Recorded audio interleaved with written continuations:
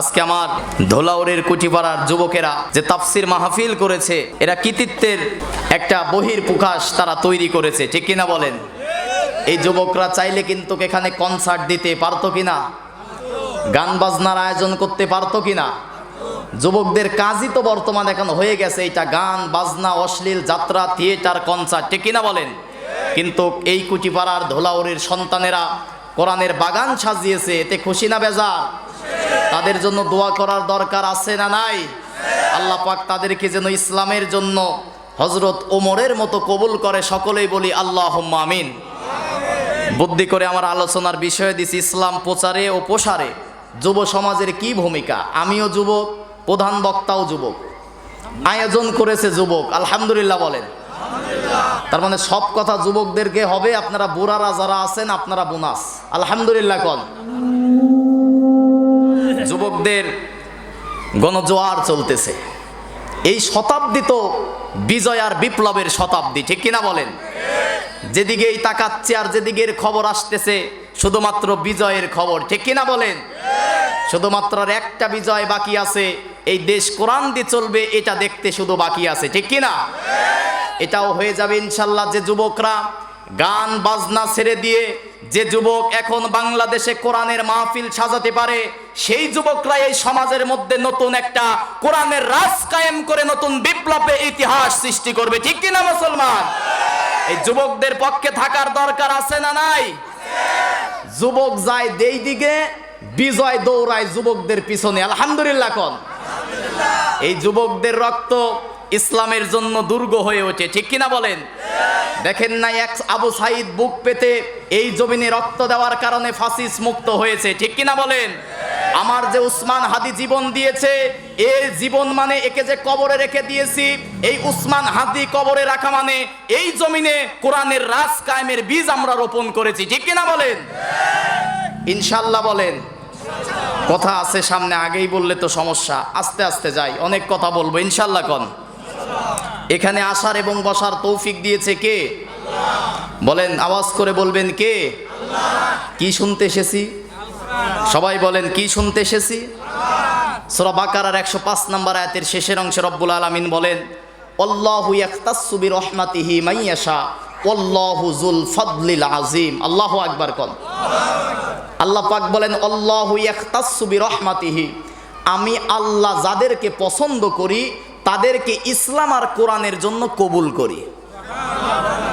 আল্লাহ রাসূল সাল্লাল্লাহু আলাইহি ওয়াসাল্লাম তিরমিজি শরীফের 320 নম্বর হাদিসের মধ্যে সবচেয়ে বেশি হাদিস বর্ণনাকারী সাহাবী, রাইসুল ফুকাহা যাকে বলা হয়, রাইসুল মুফাসসিরিন, হযরত আবু হুরায়রা রাদিয়াল্লাহু তাআলা আন, তিনি হাদিস বর্ণনা করতে গিয়ে বলতেছেন, মাইয়ুরিদিল্লাহু বিহি খায়রান ইউফাক্কিহু ফিদ্দিন, ইসলামের জন্য, দ্বীনের জন্য, কোরআনের জন্য আল্লাহ রাব্বুল আলামিন তাদেরকেই কবুল করে যাদেরকে আল্লাহ নিজে ভালোবাসে। সূরা আনকাবুতের 62 নম্বর আয়াতের মধ্যে আল্লাহ পাক বলেন, আল্লাহু ইখতাসসু বিরহমাতিহি মান ইয়াশা আল্লাহু ইয়াবসুতুর রিজকা লিমান ইয়াশাউ মিন ইবাদিহি, আমি আমার বান্দার প্রতি যাদের প্রতি রহম করি তাদের রিজিক আমি আল্লাহ পাক বৃদ্ধি করে দেই, সুবহানাল্লাহ কোন। এই রিজিক বৃদ্ধি করা মানে এই শীতের রাতে কোরআন শোনার জন্য আমাকে আপনাকে কবুল করেছে কে? সবাই একটু কথা বলবেন, এই শীতের রাতে কোরআন শোনার জন্য আমাকে আপনাকে কবুল করেছে কে? আল্লাহ পাক কেমন কোরআন, কেমন কিতাব আমাদেরকে দিলেন বুঝতে হবে আগে। আমি আমার কেন্দ্রবিন্দু মূল আলোচনা ইসলাম প্রচার এবং প্রসারে যুবকদের কি ভূমিকা, এই দিকে যাব ইনশাল্লাহ। আস্তে আস্তে আমার আলোচনার দিকে যাব, খুব মনোযোগ দিয়ে কথাগুলো শুনবেন। আল্লাহ পাক পৃথিবীতে যত করুণা, যত রহমত, যত বরকত নাজিল করেছে, সবচেয়ে বড় দয়া, সবচেয়ে বড় করুণা হচ্ছে আমার আপনার জীবন চলার জন্য মানব জাতির সংবিধান হিসাবে একখানা কিতাব কোরআন নাজিল করেছে, কোন সুবহানাল্লাহ। আল্লাহ রাব্বুল আলামিন সূরা ইউনূসের 57 নম্বর আয়াতের মধ্যে বলেন, কুল বিফাদলিল্লাহি ওয়া বিরহমাতিহি ফাবিযালিকা ফালইফরাহু হুয়া খায়রুম মিম্মা ইয়াজমাউন। জোরে বলুন আল্লাহু আকবার। আল্লাহ রাব্বুল আলামিন বলেন কুল বিফাদলিল্লাহ, হে নবী আপনি বলেন, কুল আপনি বলেন, বিফাদলিল্লাহ ওয়া বিরহমাতিহি, আমি আল্লাহর পক্ষ থেকে যত ফদল যত রহমত মানুষদের জন্য নাজিল করেছি, সবচেয়ে বড় দয়া আমার বান্দার জন্য একটা কিতাব নাজিল করেছি। কোন সুবহানাল্লাহ। দ্বিতীয় নাম্বার আল্লাহ রাব্বুল আলামিন বলেন ওয়া বিরহমাতিহি, আমার বান্দাদের জন্য আরেকটা সবচেয়ে বড় দয়া নাজিল করেছি, যেটা বিশ্ববাসীকে মানবতার সঠিক পথ দেখানোর জন্য আমি রহমাতাল লিল আলামিন বিশ্ব নবীকে পাঠিয়েছি। কোন সুবহানাল্লাহ। তাহলে মানব জাতির মুক্তির জন্য দুইটা রহমত এসেছে, একটার নাম কি আর একটার নাম বলেন না কেন? আল্লাহর রাসূল আর কিতাব কেমন? নৌকা আর মাঝি। নৌকা আছে মাঝি নাই, ওই নৌকার কোনো লাভ আছে? বলেন না কেন? দিক আছে, তার কোনো দিক আছে? কোরআনটা হচ্ছে নৌকা, আর মাঝি ছিল আমার আপনার রাসূল। কিভাবে বাস্তব কোরআন এই সমাজের পরতে পরতে বাস্তবায়ন করতে হবে, আল্লাহর রাসূল দীর্ঘ 23 বছরে বাস্তব প্র্যাকটিক্যাল বাস্তবায়ন করে দেখিয়ে গেছে। সুবহানাল্লাহ কোন। তাহলে আল্লাহর পক্ষ থেকে মানুষদের জন্য রহমত নাজিল হয়েছে কয়টা? এক নম্বরে কি? দুই নম্বরে আল্লাহ রাব্বুল আলামিন সূরা আম্বিয়ার 107 নম্বর আয়াতের মধ্যে বলেন ওমা আরসালনাকা ইল্লা রাহমাতাল লিল আলামিন। জোরে বলুন আল্লাহু আকবার। আল্লাহ রাব্বুল আলামিন বলেন ওমা আরসালনাকা ইল্লা রাহমাতাল লিল আলামিন, হে নবী পৃথিবীতে দুনিয়াতে গোটা মানবতার জন্য ইহকাল পরকালের জন্য আপনাকে আমি রহমাতাল লিল আলামিন করে পাঠিয়েছি। কোন সুবহানাল্লাহ। এই দুইটা কথার উপর থেকে যায় আমরা ইসলাম প্রচার এবং প্রসারে যুব সমাজ এখন কি ভূমিকা রাখতে হবে সেই কথাই বলবো ইনশাআল্লাহ। কোন আল্লাহ পাক মানবতার মুক্তির জন্য, মানবতার কল্যাণের জন্য, মানুষদেরকে অন্ধকারের পথ থেকে বের করার জন্য একখানি আসমানি কিতাব দিয়েছে। নাম কি বলেন না কেন? এই কোরআনের মধ্যে তাকান, এই দিকে যত কথা আছে, যা কথা আছে সব কথা কার কথা? নাজিল করেছে কে? কিসের জন্য? আমার আপনার মুক্তির জন্য, নাজাতের জন্য। ঠিক কি না বলেন? আল্লাহ রাব্বুল আলামিন সূরা আম্বিয়ার 10 নম্বর আয়াতের মধ্যে বলেন লাকাদ আনজালনা ইলাইকুম কিতাবান ফীহি যিকরুকুম আফালা তাআকিলুন। জোরে বলুন আল্লাহু আকবার। আল্লাহ রাব্বুল আলামিন বলেন লাকাদ, লামে তাগিদ, কদে তাগিদ, দুইটা তাগিদ দিয়ে আল্লাহ পাক বলতেছেন লাকাদ আনজালনা, অবশ্যই আমি আল্লাহ একটা কিতাব নাজিল করেছি, ফীহি যিকরুকুম, তোমাদের জন্য এই কিতাবের মধ্যে রেখেছি উপদেশ। সুবহানাল্লাহ কোন। আফালা তাআকিলুন, তারপরেও কি তোমরা কিতাব দিয়ে উপলব্ধি করবে না? কে বলতেছে? তার মানে উপদেশ যদি দিতে হয় কি দিয়ে দিতে হবে? উপদেশ যদি গ্রহণ করতে হয় কি দিয়ে উপদেশ গ্রহণ করতে হবে?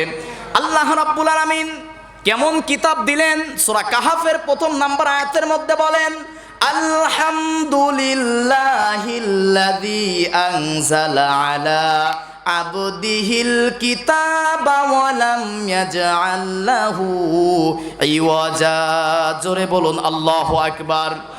আল্লাহ রাব্বুল আলামিন বলেন আলহামদুলিল্লাহ, সমস্ত প্রশংসা হবে একমাত্র কার? বলেন না কেন? সব প্রশংসা হবে একমাত্র কার?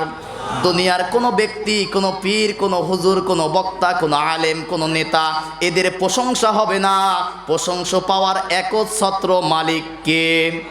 আল্লাহ রাব্বুল আলামিন বলেন আলহামদুলিল্লাহ, সমস্ত প্রশংসা সেই আল্লাহর। আনজালা আলা আবদিহিল কিতাব, যিনি তার বান্দার প্রতি নাজিল করেছে একখানা, বলেন না কেন? ওয়ালাম ইয়াজআল লাহু ইওয়াজা, কেমন কিতাব নাজিল করেছে যে কিতাবের মধ্যে কোনো বক্রতা, যে কিতাবের মধ্যে কোনো গোপন কথা নাই। সুবহানাল্লাহ কোন। ওয়ালাম ইয়াজআল লাহু ইওয়াজা, এমন কিতাব নাজিল করেছি যে কিতাবের মধ্যে গোপন কথা, যে কিতাবের মধ্যে অস্পষ্টতা, যে কিতাবের মধ্যে সমাজের প্রচলিত কোনো মারেফতের কথা নাই। সুবহানাল্লাহ কোন। আমার দেশে মারেফত আছে না নাই? বলেন না কেন? মারেফতের মধ্যে কি বলে? কয় যে মনের নামাজ বড় নামাজ, আছে না নাই? কয় মসজিদে গিয়ে 5 ওয়াক্ত নামাজ পড়ার দরকার নাই, কলবের মধ্যে সবসময় নামাজ হয়, এমন ভণ্ডের দল আমার দেশে আছে না নাই? দেখবেন সাদা লুঙ্গি পরে, সাদা গেঞ্জি পরে, সাদা রুমাল, অথবা হলুদ লুঙ্গি হলুদ গেঞ্জি, আছে না নাই? এগুলো ইসলামের নামে টাটকা নির্ভেজাল ভণ্ড, ঠিক কিনা বলেন? আল্লাহ বলতেছেন ওয়ালাম ইয়াজআল্লাহু ইওয়াজা, এমন কিতাব, এমন কোরআন নাজিল করেছি যে কিতাবের মধ্যে তথাকথিত কোনো মারেফতের কথা, অস্পষ্টতা, গোপন কথা নাই। সুবহানাল্লাহ কল। আল্লাহ রাব্বুল আলামিন সূরা ফুরকানের প্রথম আয়াতের মধ্যে এবার বলেন তাবারাকাল্লাযী নাযালাল ফুরকানা আলা আবদিহি লিয়াকুনা লিল আলামিনা নাযীরা। জোরে বলুন আল্লাহু আকবার। আল্লাহ রাব্বুল আলামিন বলেন তাবারাকাল্লাযী নাযালাল ফুরকানা আলা আবদিহি, হে নবী তাবারাকাল্লাযী, বরকতময় সেই সত্তা। কে? বরকতময়, পবিত্র, পুত পবিত্র মহান রব। গলার আওয়াজ বড় করে বলেন কে? আল্লাহ পাক বলেন তাবারাকাল্লাযী নাযালাল ফুরকান, হে নবী পবিত্র সেই সত্তা যিনি তার বান্দার প্রতি একখানা ফুরকান নাজিল করেছে। সুবহানাল্লাহ কোন। কি নাজিল করেছে? সবাই বলেন ফুরকান। ফুরকান মানে কি? আল্লাহ পাক বলতেছেন বাইনাল ফুরকান, বাইনাল হাক্কি ও বাইনাল বাতিল, এমন কিতাব আমি আল্লাহ নাজিল করেছি, এই কিতাবের মাধ্যমে হক বাতিল, ন্যায় অন্যায়, হালাল হারাম, সত্য মিথ্যা, আসল নকল বের করা যায়। সুবহানাল্লাহ কোন। আসল নকল, ন্যায় অন্যায়, হক বাতিল বুঝার মাপকাঠির নাম কি? সবাই বলেন কোনটা ন্যায়, কোনটা অন্যায়, কোনটা হক, কোনটা বাতিল, কোনটা আসল, কোনটা নকল, কোনটা জাল, কোনটা ভুয়া, এটা যদি জানতে চাই আর বুঝতে চাই লাগবে কি? সবাই বলেন। আল্লাহ রাব্বুল আলামিন সূরা আম্বিয়ার 18 নম্বর আয়াতের মধ্যে বলেন বাল নাকযিফু বিল হাক্কি আলাল বাতিলি ফায়াদমাগুহু ফাইযা হুয়া যাহিক ওয়ালাকুমুল ওয়াইলু মিম্মা তাসিফুন। জোরে বলুন আল্লাহু আকবার। আল্লাহ রাব্বুল আলামিন বলেন বাল নাকযিফু বিল হাক্কি আলাল বাতিল, নিশ্চয় হে নবী আপনার কাছে যে কিতাব, যে কোরআন নাজিল করেছি, বাল নাকযিফু বিল হাক্কি আলাল বাতিল, এই হক দিয়ে আপনি যখন মিথ্যার উপরে আঘাত করবেন, এই সত্য হকের আঘাতে মিথ্যা তখন ভেঙে চূর্ণ বিচূর্ণ হয়ে যায়। সুবহানাল্লাহ কোন। তার মানে হক বাতিল যদি চিনতে চাই মানতে হবে কি? ন্যায় অন্যায় যদি বুঝতে চাই মানতে হবে কি? আসল নকল যদি জানতে চাই মুসলমান আওয়াজ করে বলেন মানতে হবে কি? কিন্তু বড় আফসোস আর বড় পরিতাপের বিষয়, মুসলমানের কাছে কোরআন থাকার পরেও মুসলমানের সমাজে আজকে শান্তি নাই।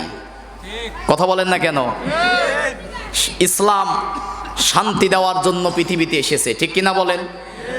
ইসলাম পৃথিবীতে এসেছে কারোর গোলামি করার জন্য নয়, ইসলাম এসেছে পৃথিবী শাসন করার জন্য, ঠিক কিনা বলেন? এই কোরআন শুধুমাত্র ঝাড়ফুঁক আর তাবিজ লেখার জন্য আসছে, বলেন না কেন? শুধুমাত্র বাপ মা মরলে 3 দিন আর 7 দিনে ফকির খাওয়ানো আর 40-এ দেওয়ার জন্য তো আল্লাহ কোরআন নাজিল করছে। হয়ে তো গেছে তাই, বাপ মরার পরে কোরআন খতমের কিতাব বানিয়েছি, 40 কিতাব বানিয়েছি, তাবিজ লেখার কিতাব বানিয়েছি, ঝাড়ফুঁকের কিতাব বানিয়েছি, ঠিক কিনা বলেন? কিন্তু কোরআনকেই তাবিজ আর ঝাড়ফুঁক আর খতম করার জন্য আসছে?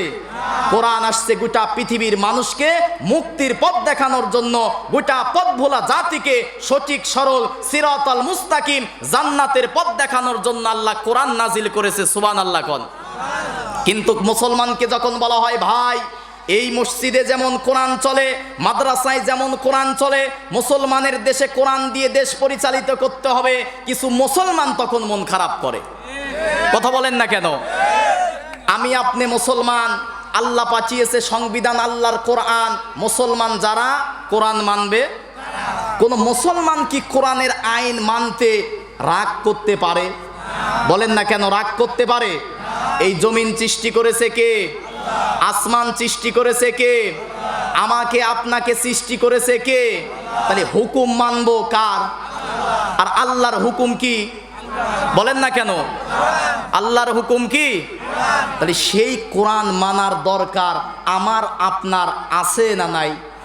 বলেন, কোরআন মানার দরকার আছে না নাই? আমার দেশের এই যে ধোলাউড়ি কুচিপাড়ার যুবকরা আজকে কোরআনের মাহফিল করেছে, নিঃসন্দেহে তারা পৃথিবীর শ্রেষ্ঠ কাজ করেছে। আল্লাহু আকবার বলেন। তিরমিজি শরীফের 2909 নম্বর হাদিসের মধ্যে আল্লাহর রাসূল বলেন, খায়রুকুম মান তাআল্লামাল কুরআনা ওয়া আল্লামা।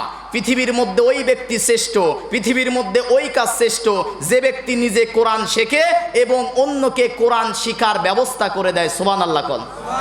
আজকে যে আপনাদেরকে কোরআন শোনানোর যে ব্যবস্থা করে দিয়েছে, আল্লাহ পাক যেন এই ওসিলা করে আমার এই ধুলাউড়ি কুচিপাড়া যুবকদেরকে কাল কিয়ামতের দিন জান্নাতের নিচে একটু জায়গা করে দেয়। সুবহানাল্লাহ কোন। বুখারী শরীফের 620 নম্বর হাদিস, আল্লাহ রাসূল বলেন, কিয়ামতের দিন কোনো ছায়া থাকবে না, শুধু একটাই জবানে আওয়াজ থাকবে। কি আওয়াজ? ইয়া নাফসি ইয়া নাফসি। বলেন, কি আওয়াজ? আমার কি হবে, আমার কি হবে। আল্লাহ রাসূল বলেছেন, সেই দিন আরশে আজিম তথা আল্লাহর আরশের নিচে 7 শ্রেণীর মানুষদেরকে বসার ব্যবস্থা করে দেবে। কয় শ্রেণী? তার মধ্যে 3 নম্বরে আল্লাহর রাসূল সাল্লাল্লাহু আলাইহি সাল্লাম বলেছেন, ওই যুবকদেরকে আরশে আজিমের নিচে বসার ব্যবস্থা করে দেওয়া হবে যে যুবকরা যৌবনকালে আল্লাহর ইবাদত করে। সুবহানাল্লাহ কোন। এই যে যুবকরা কোরআনের বাগান সাজিয়েছে, আপনারা বসে কোরআনের কথা শুনতেছেন, 8-10টা আয়াত শোনা হয়ে গেল, প্রত্যেকটা শ্বাস নিঃশ্বাসে আমার আপনার জীবনের গুনাহ আল্লাহ মাফ করে দিচ্ছে। শুধুমাত্র গুনাহ মাফ করে দিচ্ছে না, যতক্ষণ এই জান্নাতের বাগানের মধ্যে বসে কোরআনের কথা শুনবো, প্রত্যেকটা শ্বাস প্রশ্বাসে আল্লাহ রাব্বুল আলামিন আমার আপনার জীবনে শুধু নেকিই লিখতেছে। সুবহানাল্লাহ কোন। একটা হাদিস বুখারী মুসলিমের যৌথ হাদিসের মধ্যে এসেছে, ফেরেশতারা ওই সময় কলম রেখে দেয়। কোন সময়? যখন পৃথিবীর মানুষেরা আল্লাহর কোরআন নিয়ে চিন্তা ভাবনা করে, গবেষণা করে, আল্লাহর কোরআনের আলোচনা শোনে, ফেরেশতারা তখন নেকি লেখা বাদ দিয়ে রেখে দেয়। সুবহানাল্লাহ কোন। আল্লাহ পাক জিজ্ঞাসা করে, ফেরেশতারা কেন নেকি লেখো না, কিছু তো লেখো না? বলতেছে আল্লাহ রাব্বুল আলামিন, তোমার বান্দা তোমার আখিরি কালাম কালামে রব্বানি নিয়ে গবেষণা করতেছে, কি নেকি লিখবো? আল্লাহ পাক বলতেছেন, তার আমলে সব নেকি দিয়ে তুমি পরিপূর্ণ করে দাও। আচ্ছা বলেন তো, আমার আপনার বাড়ির দলিল আছে না নাই? আসল না নকল? আচ্ছা, নকল দলিল আপনারা কি যত্ন করে রাখবেন? বলেন না কেন? তাহলে জান্নাতে যাওয়ার জন্য দলিল লাগবে না? জান্নাতে যাওয়ার দলিল তো চাটমোহর বাজারে গিয়ে একটা 300 টাকার স্ট্যাম্প কিনে ইউনো ওসি সাহেবের কাছ থেকে সিগনেচার করে নিলে জান্নাতে যাওয়ার দলিল পাওয়া যাবে। বলেন না কেন? জান্নাতে যাওয়ার দলিলের নাম কি? বলেন না কেন? জান্নাতে যাওয়ার দলিলের নাম কি? তাহলে সেই আল কোরআনের পক্ষে থাকার দরকার আছে না নাই? আমাদের স্লোগান একটাই, কোরআন আছে যেখানে আমরা আছি, কোরআন নাই যেখানে আমরা নাই। মনে করেন কোনো দল কথা বলতেছে, কোনো দলের মধ্যে যদি কোরআন না থাকে, ওই দল কি কোনো মুসলমান করতে পারে? আমার মতো হুজুর যদি ওয়াজ করে, আমার মতো হুজুরের ওয়াজের মধ্যে যদি কোরআন না থাকে, আপনারা কি ওয়াজ শুনবেন? কোন পীর যদি কোরআন থেকে কথা না বলে, ওই পীরের মুরিদ কি আপনারা হবেন? তার মানে মুসলমান যারা, কোরআন মানতে বাধ্য তারা। ঠিক কিনা বলেন? আমার মাকে মাগরিবের পরে বলতেছে যে বাবা, অনেকে অনেক কথাই বলে, হুমকি ধামকি কত কথা বলতেছে, আসলে সমস্যাটা কি? মাকে এক কথাই বললাম যে মা, এই কোরআন দিয়ে বললাম যে মা, আমরা বাংলার জমিনে এই কোরআনের রাজ কায়েম করতে চাই। তারাও নামাজ পড়ে, রোজা করে, কিন্তু আল্লাহর কোরআনের রাজ কায়েম করতে চায় না। আচ্ছা, আমার দেশে সংখ্যাগরিষ্ঠ মুসলমান, এই দেশের সংবিধান যদি হয় আল্লাহর কোরআন, কারোর কি রাগ করার কথা? এই কথা বললে অনেক নামাজ পড়া মুসলমান আবার মন খারাপ করে। ঠিক কিনা বলেন? আমি মুসলমান, আমাকে সৃষ্টি করেছে আল্লাহ, জমিন সৃষ্টি করেছে আল্লাহ, আসমান সৃষ্টি করেছে আল্লাহ, মরার পরে যাব যে আল্লাহর কাছে, জীবিত অবস্থায় সেই আল্লাহর হুকুম, আল্লাহর বিধান মানার দরকার আছে না নাই? দুনিয়ার সমস্ত আইন কানুন তন্ত্র মন্ত্রের মুখে লাথি দিয়ে একমাত্র মুসলমান মানবে আল্লাহর কোরআন। ঠিক কিনা বলেন? এতে কোনো দলাদলি আর রাজনীতি নাই। ঠিক কিনা বলেন? মুসলমানকে বুঝাতেই পারি না, মুসলমান একমাত্র মানবে, আওয়াজ করে বলেন কি? বলেন না কেন? তাহলে কোরআন মানার দরকার আছে না নাই? এক জায়গায় নাকি সব জায়গায়? বলেন না কেন? এক জায়গায় নাকি সব জায়গায়? সর্ব অবস্থায় কোরআন মানার দরকার আছে না নাই? আল্লাহ রাব্বুল আলামিন সূরা বাকারার 208 নম্বর আয়াতের মধ্যে বলেন, ইয়া আইয়ুহাল্লাযীনা আমানু দুখুলু ফিস-সিলমি কাফা ওয়া লা তাত্তাবিউ খুতুওয়াতিশ শাইতান ইন্নাহু লাকুম আদুউম মুবিন। জোরে বলুন আল্লাহু আকবার। আগে আসেন ভাই, সাইড থেকে যেগুলো আছে খের আছে, বসতে মজা পাবেন। একটু আগে আসেন। অনেকে যারা আছেন পিছনে, অনেকে আসে ওই দেখতেছে জায়গা নাই চলে যাচ্ছে। হ্যাঁ, একটু কষ্ট করে সবাই বসি। কোরআন শুনতে ভালো লাগে নাকি খারাপ লাগে? বারবার মনে হচ্ছে এই যুবকদেরকে কি দিয়ে ধন্যবাদ জানালে খুশি হবে এরা, বলেন তো? আল্লাহ পাক যেন এই যুবকদেরকে ইসলামের জন্য মর্জে মুজাহিদ, ইসলামের জন্য কবুল করে। আল্লাহুম্মা আমিন কোন। এই তাফসির মাহফিল আগামী বছর এখানে বিষয়ভিত্তিক তাফসির মাহফিল লিখবেন। ওয়াজ মাহফিল বাদ দিয়ে লিখবেন বিষয়ভিত্তিক তাফসির মাহফিল। আর বিষয় তো দিয়ে দিয়েছেন আলহামদুলিল্লাহ। আর একটা কাজ করলে আরো ভালো হয়, কোন সূরার কত নাম্বার আয়াত থেকে আলোচনা করবে এই সূরা এবং আয়াত নাম্বার লিখে দিবেন, অনেক ভালো হবে, অনেক সুন্দর হবে। তাহলে কোরআনের বাহিরে কথা বলার কোনো সুযোগ থাকবে। কোরআনের পবিত্র মঞ্চ একতরফা কিছু কিছু জায়গায় রাজনৈতিক মঞ্চ হয়ে গেছে, ঠিক কিনা বলেন? বক্তারা বললে মন খারাপ করে, তো দুনিয়ার নেতারা এসে কেন সালাম জানায়? কথা বলেন না কেন?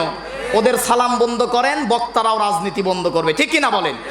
কোরআনের পবিত্র মঞ্চ, এখানে শুধুমাত্র কথা হবে আল্লাহর কোরআন থেকে, ঠিক কিনা? কোন দলের দালালি, কোন দলের গোলামি কোরআনের পবিত্র মঞ্চে হবে না। বক্তা সাহেব আসবে, হাতে কোরআন ধরা দিয়ে বলবেন, হুজুর প্রত্যেকটা আয়াতের রেফারেন্স দিয়ে কথা বলেন। রাত জেগে কিচ্ছা কাহিনী শুনতে রাজি নাই, রাত জেগে শুনবো হচ্ছে আমরা আল্লাহর কোরআন, ঠিক কিনা বলেন? ওইসব কিচ্ছা কাহিনী আউল বাউল ফাউলদের দিন শেষ, কোরআন সুন্নাহর বাংলাদেশ, ঠিক কিনা বলেন? আমরা সব দেখেছি, এবার কোরআনের বাংলাদেশ দেখতে চাই, ঠিক কিনা বলেন? যে যুবক ইসলামের জন্য রক্ত দিতে পারে, ন্যায় আর ইনসাফ প্রতিষ্ঠার জন্য আবু সাইদের মতো গুলি খেয়ে শহীদ হতে পারে, যে আবু সাইদ জীবন দিয়েছে, যে উসমান হাদি জীবন দিয়েছে, আমার দেশে হাজারো যুবক তৈরি হয়ে গেছে আল কোরআনের দেশ গড়তে, বুকের তাজা রক্ত ঢেলে দিতে হাজারো যুবক প্রস্তুত আছে, ঠিক কিনা বলেন? লিল্লাহে তাকবীর, নারায়ে তাকবীর। আল কোরআনের আলো সংসদে জালো, কোরআন ছাড়া অন্য কিছু আমার নেতা তোমার নেতা। লিল্লাহে তাকবীর। খারাপ লাগতেছে আপনাদের? মোটামুটি শয়তানার আশেপাশে নাই, আলহামদুলিল্লাহ কোন। এগুলো একটু একটু উল্টাপাল্টা হবে, কারণ শয়তান দুই প্রকার। কোরআন শুনলে জিন শয়তান পলায়, কিন্তু মানুষ শয়তান পলায় না, ঠিক কিনা বলেন? দেখেন নাই গত এক মাহফিলে প্রকাশ্যে আমার মঞ্চে সে বাধা দিয়েছে, কোরআন থেকে তাফসির করতেছিলাম, এরপরে বাধা দিয়েছে। তার মানে বোঝা যায় এখনো এই দেশে কিছু মুনাফিক আছে। কথা বলেন না কেন? আগেই বলেছি, ইসলাম ছিল, ইসলাম আছে, ইসলাম থাকবে, ঠিক কিনা? আচ্ছা, ফেরাউন কার বিরুদ্ধে লেগেছিল? ইসলামের। কার বিরুদ্ধে? আবু জেহেল কার বিরুদ্ধে লেগেছিল? সেই ইসলাম এখনো আছে না নাই? বলেন না কেন? কিন্তু নমরুদ, ফেরাউন, আবু জেহেল আছে। ইতিহাস থেকে শিক্ষা নেন, ইসলামের বিরুদ্ধে যারাই পদক্ষেপ গ্রহণ করবে, যুগে যুগে তারা লাঞ্ছিত বঞ্চিত পদদলিত হবে। ইসলাম ছিল, ইসলাম আছে, ইলা ইয়াউমিল কিয়ামা, কিয়ামত পর্যন্ত ইসলাম থাকবে, ঠিক কিনা বলেন? অনেকেই মনোযোগ দেন, আছে মনোযোগ? অনেকেই কোরআন শুনতে আসে নাই এই কারণে যে হুজুররা এক দলের কথা বলে, ওই দলের কথা বলে, আবল তাবল অনেক কথাই ইদানিং বলা হচ্ছে, ঠিক না? কোরআন হাতে নিয়ে বলতেছি, কোন বক্তা যদি মনের মধ্যে কোনো একক দলের চিন্তাধারা নিয়ে কথা বলে, ওই মাহফিলে কোনো হেদায়েত হবে না। কথা বললেন না কেন? কোন শ্রোতা যদি তার নিজস্ব ব্যক্তিগত দলের চিন্তাধারা নিয়ে কোরআন শুনতে আসে, ওই শ্রোতা কখনো হেদায়েত পাবে না। বক্তা শ্রোতা কমিটির ইখলাস থাকতে হবে। বক্তা সাহেব, আলেম সাহেব আসবে, আল্লাহর কোরআন থেকে যেটা হক সেটা বলবে। হয়তো আমরা মানতে পারি না, এটা আমাদের ব্যর্থতা, ঠিক কিনা বলেন? কোন বক্তা কি তার বাপদাদার কথা বলে? বলেন না কেন? তারপরেও এত বাধা কিসে? কারণ কোরআন সবাই সহ্য করতে পারে ছোট্ট একটা ঘটনা বলি, কাহিনী আমি খুব কম বলি। আখনাস বিন শুরাইব কাফের, আবু জেহেলকে ঘরের মধ্যে বলতেছে যে, আবু জেহেল নেতা, আচ্ছা মোহাম্মদ যে কোরআনের কথা বলে এটা ভালো না খারাপ? আপনারা বলেন তো, বলেন। আবু জেহেল কি বলছে জানেন? আখনাস ইবনে শুরাইমকে বলতেছে, একটু বাইরে গিয়ে দেখতো ঘরের চারপাশে কেউ আছে কিনা। তা আখনাস ইবনে শুরাইম বাড়ির চারপাশে গিয়ে বলতেছে, নেতা কেউ নাই। বলতেছে, মোহাম্মদ যে কথাগুলো বলে সে নিজের কথা বলে না, আল্লাহর কোরআনের কথা বলে। এই প্রেক্ষিতে তিনটা কবি, ইমরুল কায়েস, কবি লাবিদ, সূরা কাউসারের নিচে রাতের বেলায় কাবা ঘরের নিচে সূরা কাউসারের নিচে লিখে গেছে, লাইসা কামিসলি হাজা বাশার। এই কোরআন মানুষের রচনা করা নয়, এই কোরআন আল্লাহর পক্ষ থেকে নাজিল হওয়া কোরআন। সুবহানাল্লাহ কোন। আবু জেহেলকে ওই আখনাস বিন শুরাইম বলতেছে যে, নেতা তাহলে তো মুহাম্মদের কোরআনের কথা মেনে নিলেই পারি। তখন আবু জেহেল বলতেছে, এই বোঝার কারণেই তো আমি নেতার, তুই কর্মী হয়েছিস। আমি যদি মুহাম্মদের কিতাব আর কোরআন আল্লাহর আইন একত্ববাদ মেনে নেই, আমি আবু জেহেল কি নেতাগিরি থাকবে?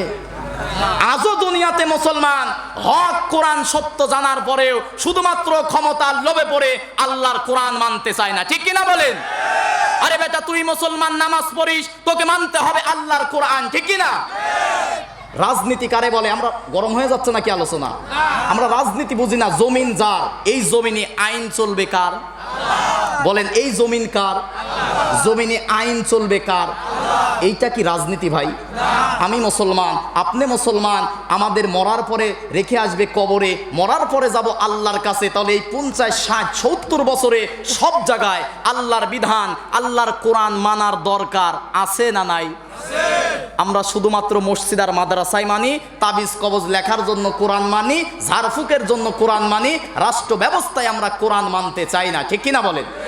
আমার মাকে আজকেই বললাম, বলতেছে, বাবা কোরআন মানলে লাভ কি? বললাম যে, মা কোরআন যদি সংসদে কায়েম হয়, মনে করেন যে একটা চোরের হাত কেটে দিলাম, সমাজে কি আর চুরি হবে?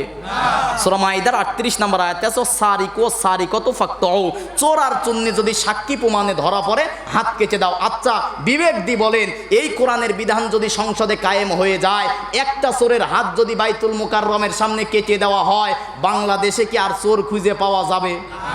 রাস্তায় টাকার বস্তা পড়ে থাকবে, জানে ভয়, টাকা যদি নেই কি থাকবে না? তার মানে দেশের মধ্যে শান্তি হবে কিনা? বলেন না কেন, হবে কিনা? আচ্ছা, ধর্ষণকারীর বিচারের ব্যবস্থা কোরআনে আছে না নাই?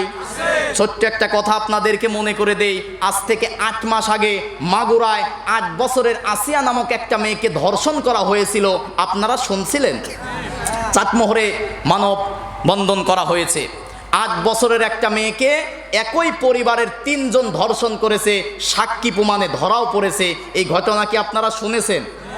ধর্ষণ করলো, একই পরিবারের 3 জন প্রমাণিত হলো, জেলখানায় বন্দি করা হলো। আসিয়া হসপিটালে কাতরিয়ে ছোট মানুষ ধর্ষণের শিকার হয়ে মৃত্যুবরণ করে কবরে ঘুমিয়ে থাকলো।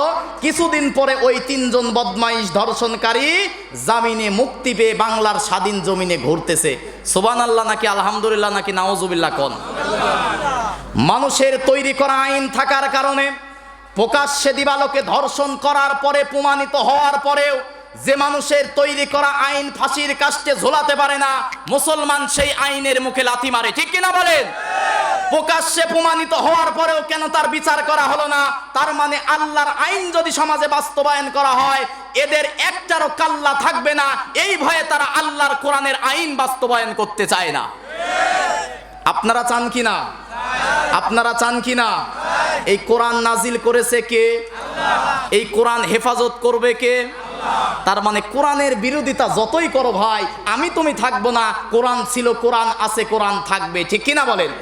আল্লাহ রাব্বুল আলামিন সূরা হিজরের 9 নম্বর আয়াতের মধ্যে বলেন, ইন্না নাহনু নাযালনায যিকরা ওয়া ইন্না লাহু লাহাফিজুন। জোরে বলুন আল্লাহু আকবার। আল্লাহ রাব্বুল আলামিন বলেন, ইন্না নাহনু নাযালনায যিকরা ওয়া ইন্না লাহু লাহাফিজুন। নিশ্চয়ই কোরআন নাজিল করেছি আমি আল্লাহ, এই কোরআন হেফাজতের দায়িত্ব নিয়েছি আমি আল্লাহ। সুবহানাল্লাহ কোন? তাহলে এই কোরআনের রাজ কায়েম করার দরকার আছে না নাই? করবে কারা? বুড়ারা? কারা করবে? আজকের মাহফিল করছে কারা? তাহলে যুবকদের কোরআনের পক্ষে থাকার দরকার আছে না নাই? যুগে যুগে ইসলামের পক্ষে কাজ করেছে যুবক ছিল যারা, তারা। ঠিক কিনা বলেন? ইসলাম টিকে আছে, ইসলাম টিকে আছে যুবকদের রক্তের উপরে। আলহামদুলিল্লাহ কোন। তাহলে এখনো যদি বাংলার জমি ইসলামটাকে টিকিয়ে রাখতে রক্ত লাগে, দিতে প্রস্তুত আছেন তো ইনশাল্লাহ? ভাইরা আমার, মন খারাপ করবেন না। আল্লাহর জমিনে আল্লাহর কোরআন আগে হোক পরে হোক বাস্তবায়ন হবে। শুধুমাত্র আল্লাহ কিছু সময় দিয়ে দেখতে চায় আমরা কোরআনের পক্ষে আছি কিনা। ঠিক কিনা? আসুন আমরা আলোচনার দিকে যাই। মুসআব ইবনে উমাইর, কি নাম বললাম? বলেন কি নাম? মুসআব ইবনে উমাইর। মোটামুটি কোরআন কি আপনারা কি বুঝতে পারছেন?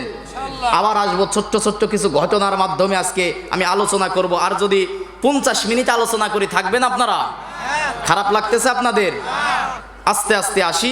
মুসআব ইবনে উমাইর মক্কার ধনির ঘরের সন্তান এবং সুন্দর চেহারা দিয়ে আল্লাহ পাক তাকে সৃষ্টি করেছে। আলহামদুলিল্লাহ কোন।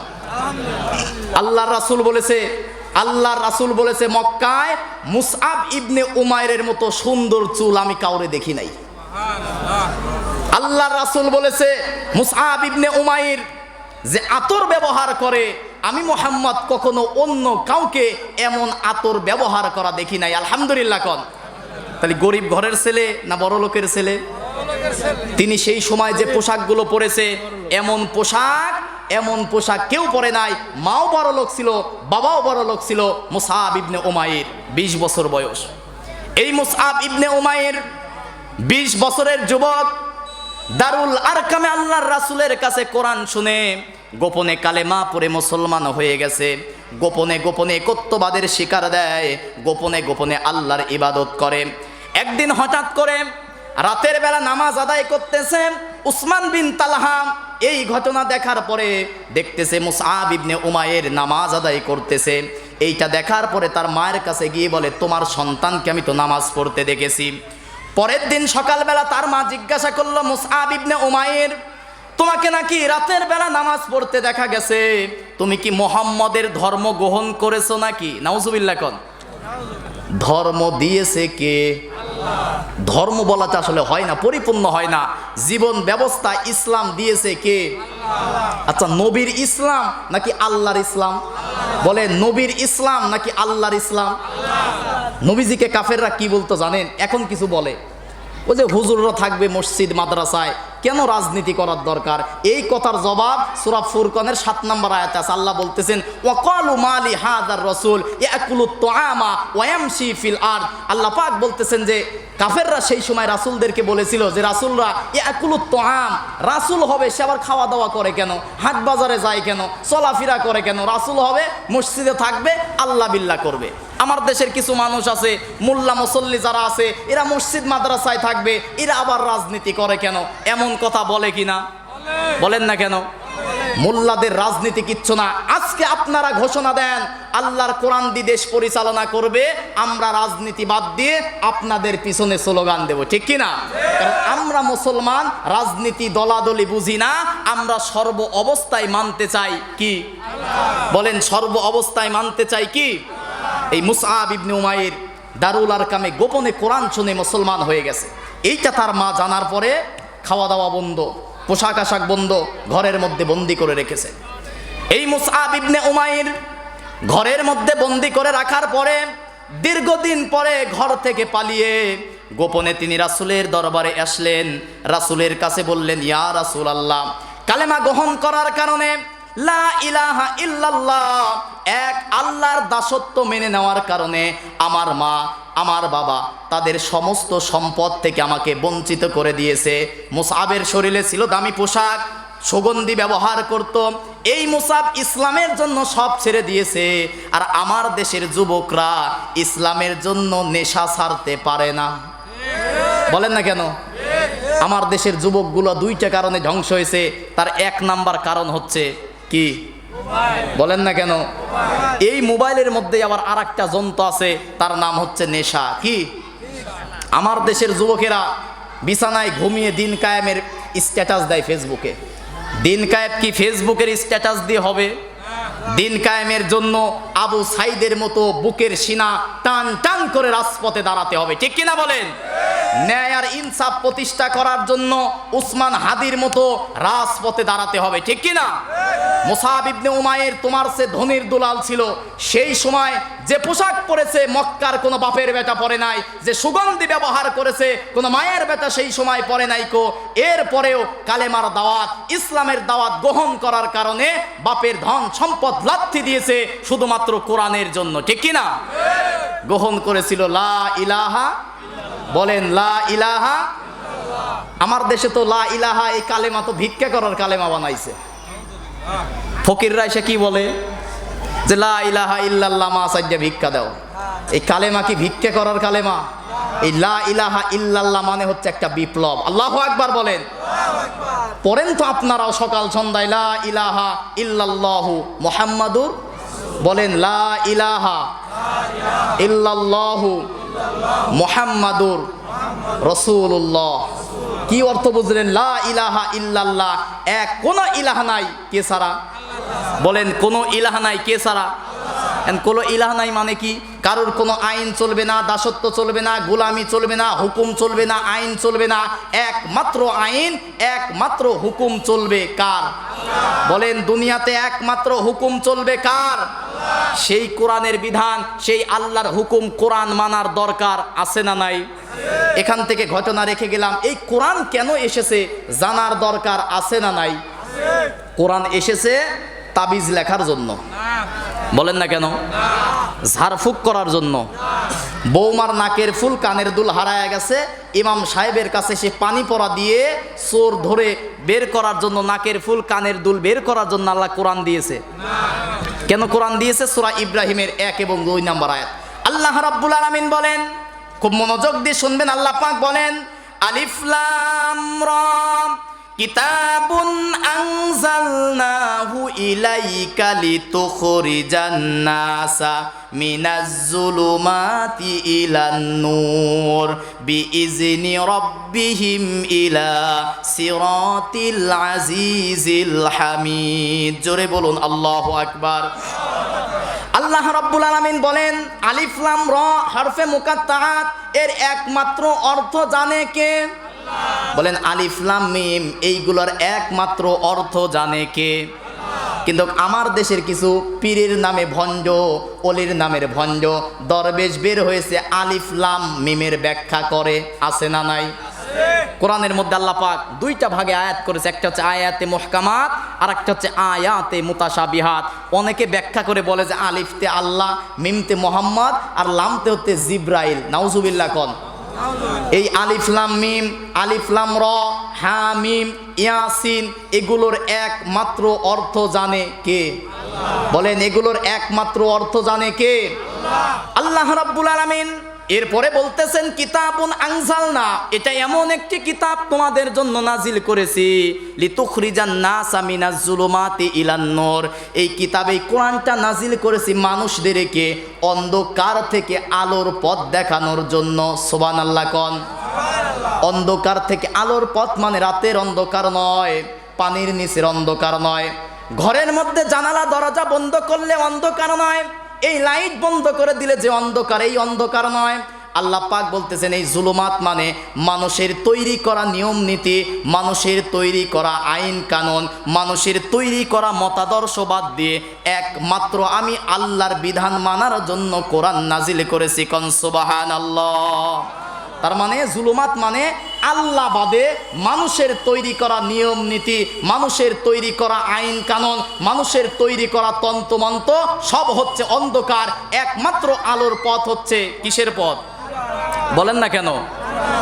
আচ্ছা ভাই, মানুষের জীবনে যা দরকার একটু বোঝেন, মানুষের জীবনে যা দরকার কোরআনের মধ্যে সব আছে না নাই? মানুষের জীবনে যা দরকার সব আছে কোথায়? মনোযোগ দিয়ে শুনে। একটা মানুষের ব্যক্তিগত জীবন, পারিবারিক জীবন, সামাজিক জীবন, যুদ্ধনীতি, সন্ধিনীতি, পররাষ্ট্রনীতি, অর্থনীতি, রাজনীতি, যা কিছু আছে মানুষের জীবনে এগুলোর দরকার হয় কি না? আর এইগুলো কেমনে কি করতে হবে আছে কোথায়? বলেন না কেন? আল্লাহ রাব্বুল আলামিন, মনোযোগ আছে আপনাদের? আল্লাহ রাব্বুল আলামিন সূরা নাহলের 89 নম্বর আয়াতের শেষের অংশে বলেন ওয়ানাজ্জালনা আলাইকাল কিতাবা তিবয়ানাল লিকুল্লি শাই ওয়া হুদাও ওয়া রাহমাতাও ওয়া বুশরা লিল মুসলিমিন। জোরে বলুন আল্লাহু আকবার। আল্লাহ রাব্বুল আলামিন বলেন ওয়ানাজ্জালনা আলাইকাল কিতাব, হে নবী আপনার কাছে যে কিতাব নাজিল করেছি এই কিতাবের মধ্যে ওয়ানাজ্জালনা আলাইকাল কিতাবা তিবয়ানাল লিকুল্লি শাই, মানুষের জীবনে যা দরকার আমি মানুষের জীবন পরিচালনা করার জন্য কোরআনের মধ্যে সব দিয়েছি। সুবহানাল্লাহ কোন। আয়াতটা বোঝার সুবিধার্থে সূরা আনআমের 38 নম্বর আয়াতের শেষের অংশে আল্লাহ রাব্বুল আলামিন বলেন মা ফাররাতনা ফিল কিতাবি মিন শাই সুম্মা ইলা রাব্বিহিম ইহশারুন। জোরে বলুন আল্লাহু আকবার।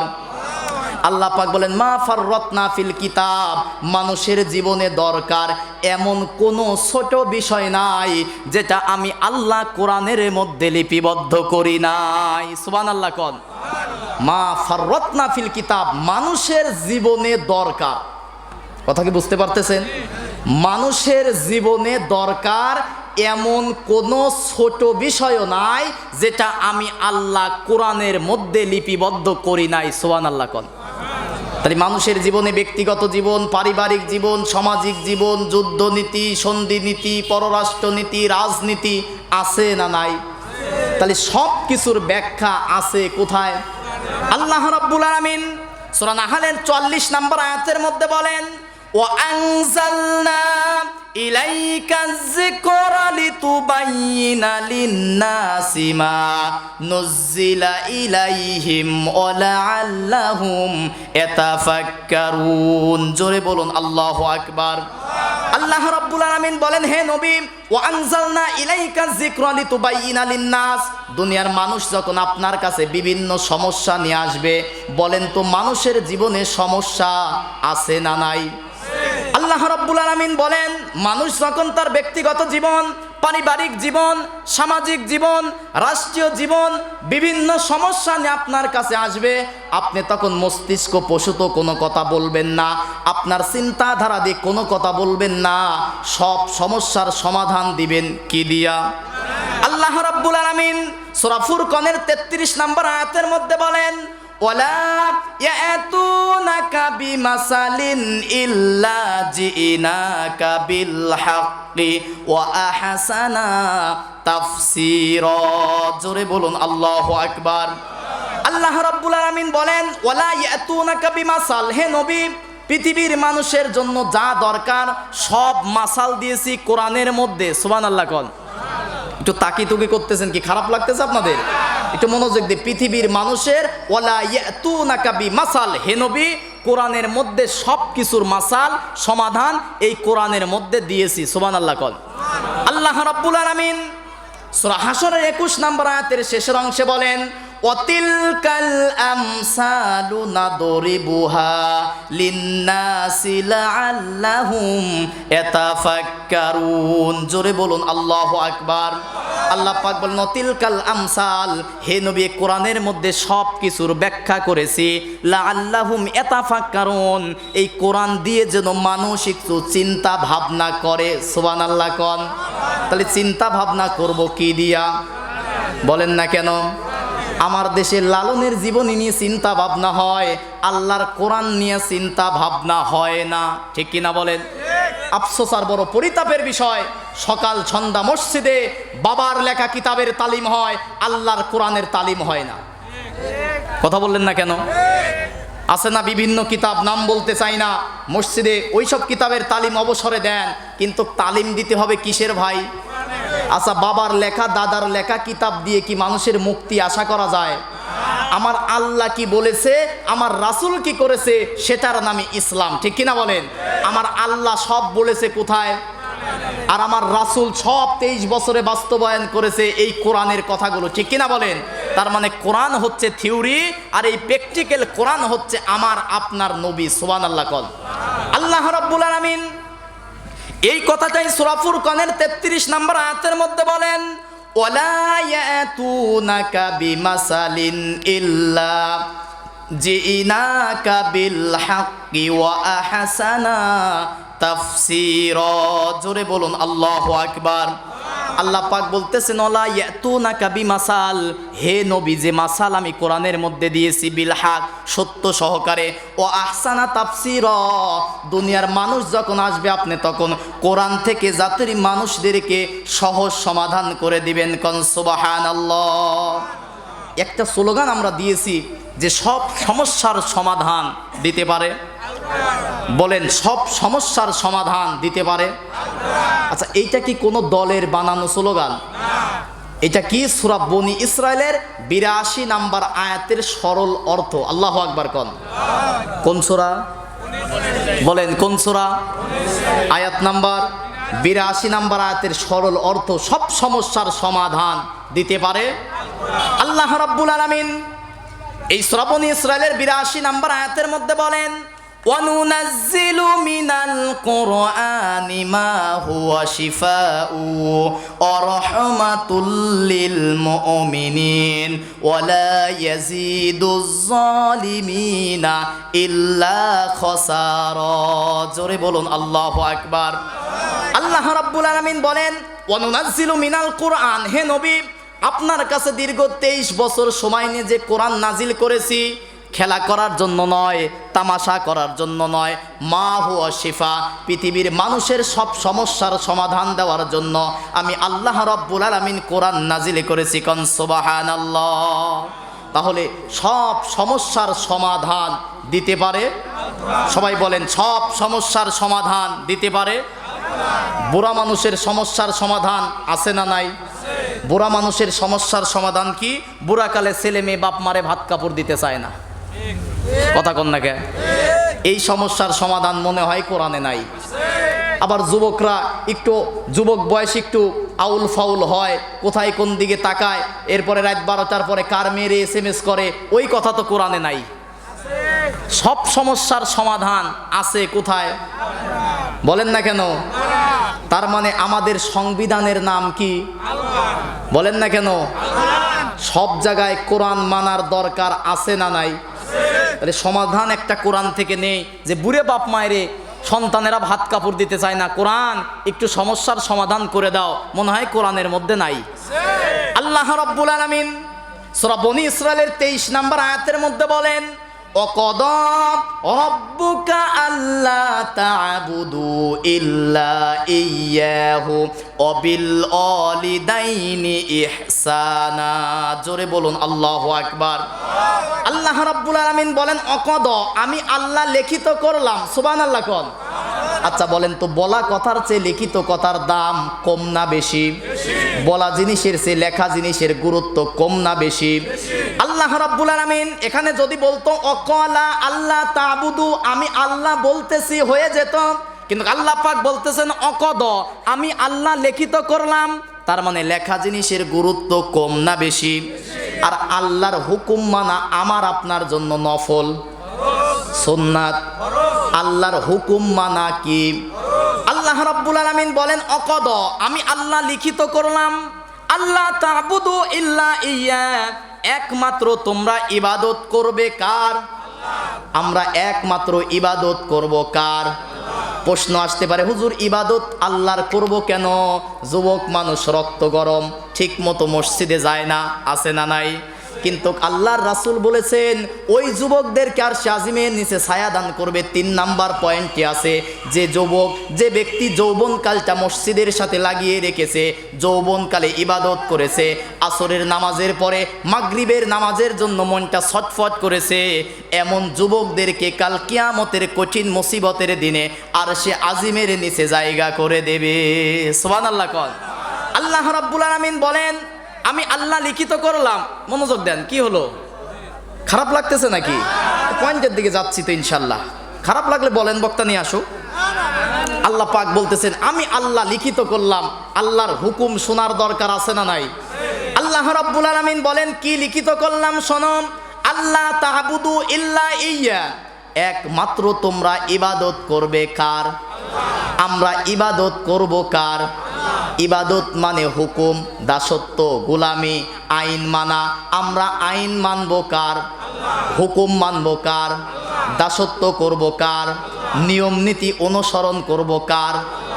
আল্লাহ রাব্বুল আলামিন কি বলে এবার? আল্লাহ তা'বুদু ইল্লা ইয়্যা, একমাত্র আমি আল্লাহর ইবাদত ছাড়া আর কারো ইবাদত করা যাবে? আল্লাহর ইবাদত ছাড়া আর কারো গোলামি করা যাবে?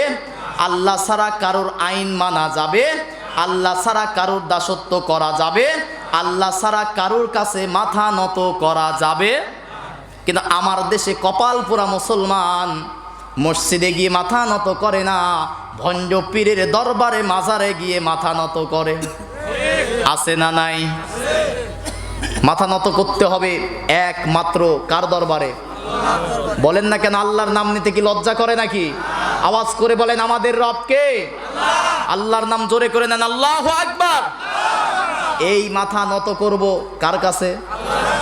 পীরের পায়ে কি মাথা নত কেন? আছে না নাই? হুজুরের পায়ে মাথা নত আছে না নাই?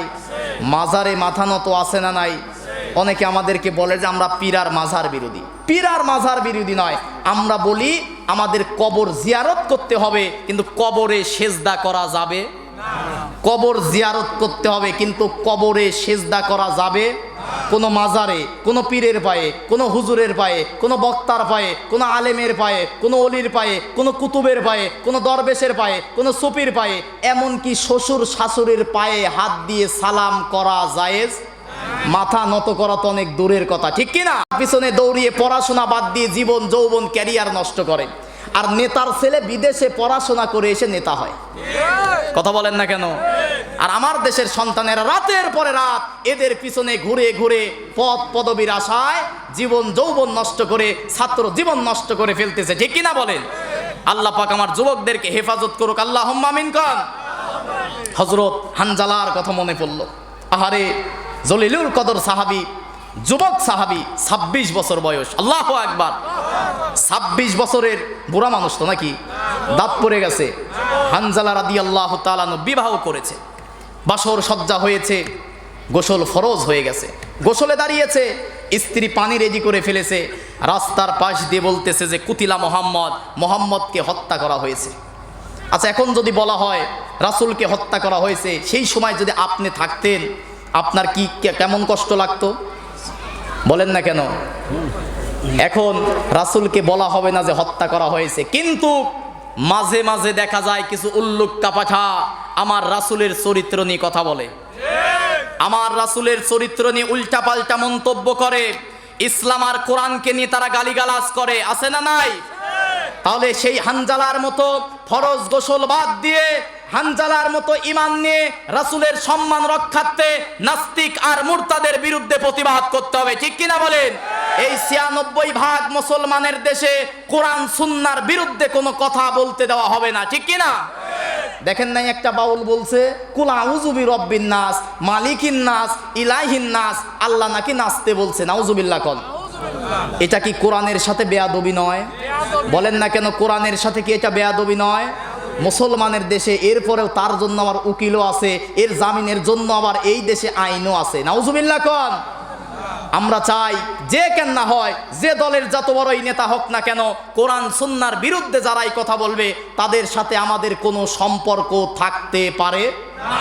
কোরআন সুন্নাহর বিরুদ্ধে গেলে ওরকম দল আমরা মানি, কোরআন সুন্নাহর বিরুদ্ধে গেলে ওরকম নেতা আমরা মানি, কোরআন সুন্নাহর বিরুদ্ধে কোনো বক্তাও কথা বললে ওই বক্তার ওয়াজ আমরা শুনি।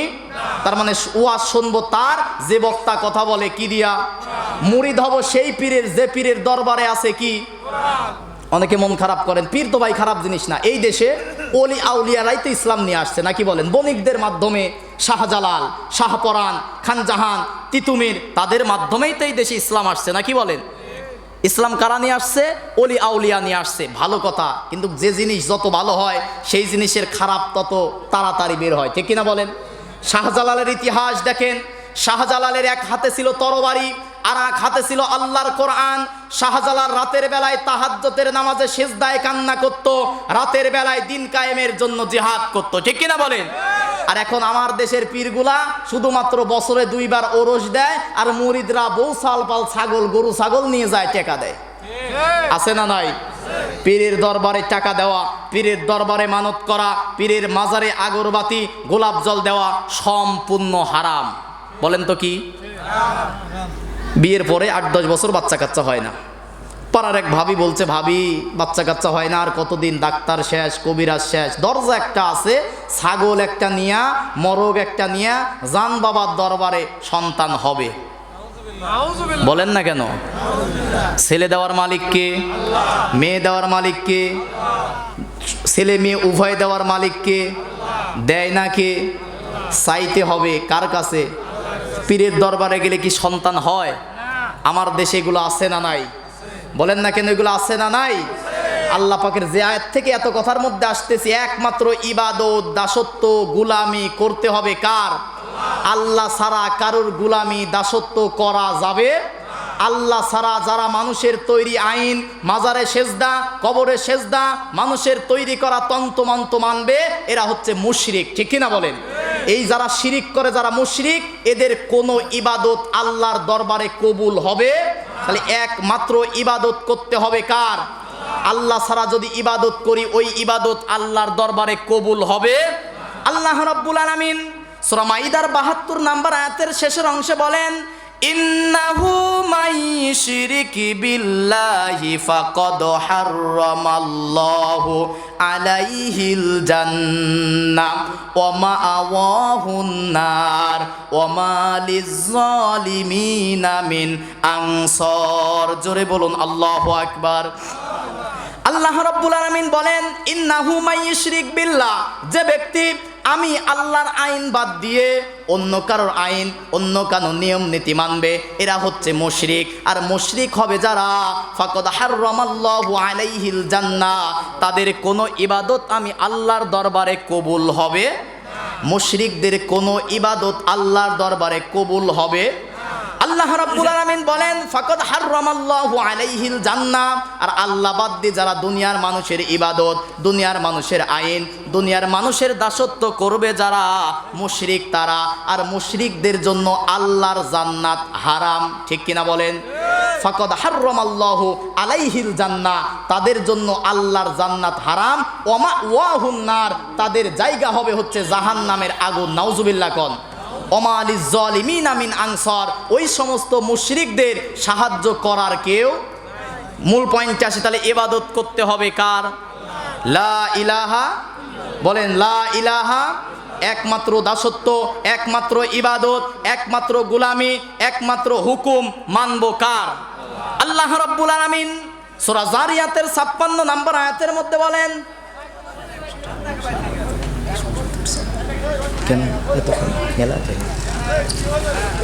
আল্লাহ রাব্বুল আলামিন সূরা জারিয়াতের 56 নম্বর আয়াতের মধ্যে বলেন, ওমা খলাকুতুল জিন্না ওয়াল ইনসা ইল্লা লিয়াবুদুন। জোরে বলুন আল্লাহু আকবার। আল্লাহ রাব্বুল আলামিন বলেন, ওমা খলাকতুল জিন্না ওয়াল ইনসা, নিশ্চয়ই আমি আল্লাহ মানুষদেরকে, জিনদেরকে সৃষ্টি করেছি একমাত্র ইবাদত করবে কার? আচ্ছা, পরিবেশ এলোমেলো হয়ে যাচ্ছে ভাই, একটু আগে আসেন তো সবাই। আগে আর কতবার বলবো ভাই আগে আসার কথা? বলেন, আসলে জায়গাটা সোজা, যুব সমাজ বুঝতে পারে না এমন হবে, আগামীতে বড় জায়গা হবে ইনশাল্লাহ। কোন একটু জায়গা, একটু মানে পিছন থেকে অনেকে চলে যাচ্ছে। হ্যাঁ, আমরা কথা না বলি ভাই, একটু আগে আসি, সামনের দিকে আগে আসি। অনেক জায়গা আছে, পিছন থেকে যারা আসবেন সামনে আসবেন, যারা বসার নিয়ত আছে সামনে আসি বসবে। বারবার তো মনোযোগ হারায় যাচ্ছে ভাই, এভাবে তো কথা এলো বাতারি হয়ে যাবে। কিন্তু একটা পয়েন্টে যেতে চাচ্ছি, মনোযোগ আছে ইনশাল্লাহ? কি খারাপ লাগতেছে? বলবো ইনশাল্লাহ, বলবো। আল্লাহ পাক বলতেছেন, ওমা খলাকতুল জিন্না ওয়াল ইনসা, নিশ্চয় আমি আল্লাহ পাক জিন এবং ইনসান মানুষদেরকে আমি আল্লাহ সৃষ্টি করেছি একমাত্র গোলামি, একমাত্র দাসত্ব করতে হবে কার? একটু মনোযোগ দেন, একমাত্র গোলামি করতে হবে কার? আল্লাহ রাব্বুল আলামিন সূরা বাকারার 21 নম্বর আয়াতের মধ্যে বলেন, ইয়া আইয়ুহান নাসু উবুদু রাব্বাকুমুল্লাযী খালাকাকুম ওয়াল্লাযীনা মিন ক্বাবলিকুম লাআল্লাকুম তাত্তাকুন। জোরে বলুন আল্লাহু আকবার। আল্লাহ রাব্বুল আলামিন বলেন, ইয়া আইয়ুহান নাস, হে দুনিয়ার মানুষ শোনো, উবুদুল্লাহ, একমাত্র ইবাদত করবা কার? কেন আল্লাহর ইবাদত করব? খলাককুম, কারণ আমাকে আপনাকে সৃষ্টি করেছে কে? তাহলে হুকুম মানবো বাপের, দাদার, নেতার? আমাকে আপনাকে সৃষ্টি করেছে কে? তাহলে সৃষ্টি যার, আইন চলবে। এর সে রাজনীতির বড় কোনো কথা আছে আর? সৃষ্টি যার, সবাই বলেন আইন চলবে। আচ্ছা, রাত 12টায় ওয়াজ শুনে যাওয়ার পরে বাড়িতে গিয়ে দেখলেন আপনার স্ত্রী পাশের বাড়ির একজনের সাথে লেপার কম্বলের তলে ঘুমিয়ে আছে, কিচ্ছু করে নাই, আপনি খুশি হবেন? কথা কয় না, কিছুই করে নাই, খুশি হবেন? তাহলে আল্লাহর জমিনে আমাকে আপনাকে সৃষ্টি করেছে কে? সেই আল্লাহর আইন বাদ দিয়ে যদি মানুষের তৈরি আইন মানেন, আল্লাহ খুশি হবে? কিয়ামতের দিন কি হবে? সূরা ফুরকানের 23 নম্বর আয়াত আল্লাহ রাব্বুল আলামিন বলেন, অকদিমনা ইলা মা আমিলু মিন আমালিন ফাজআলনাহু জাযাআম মানসুরা।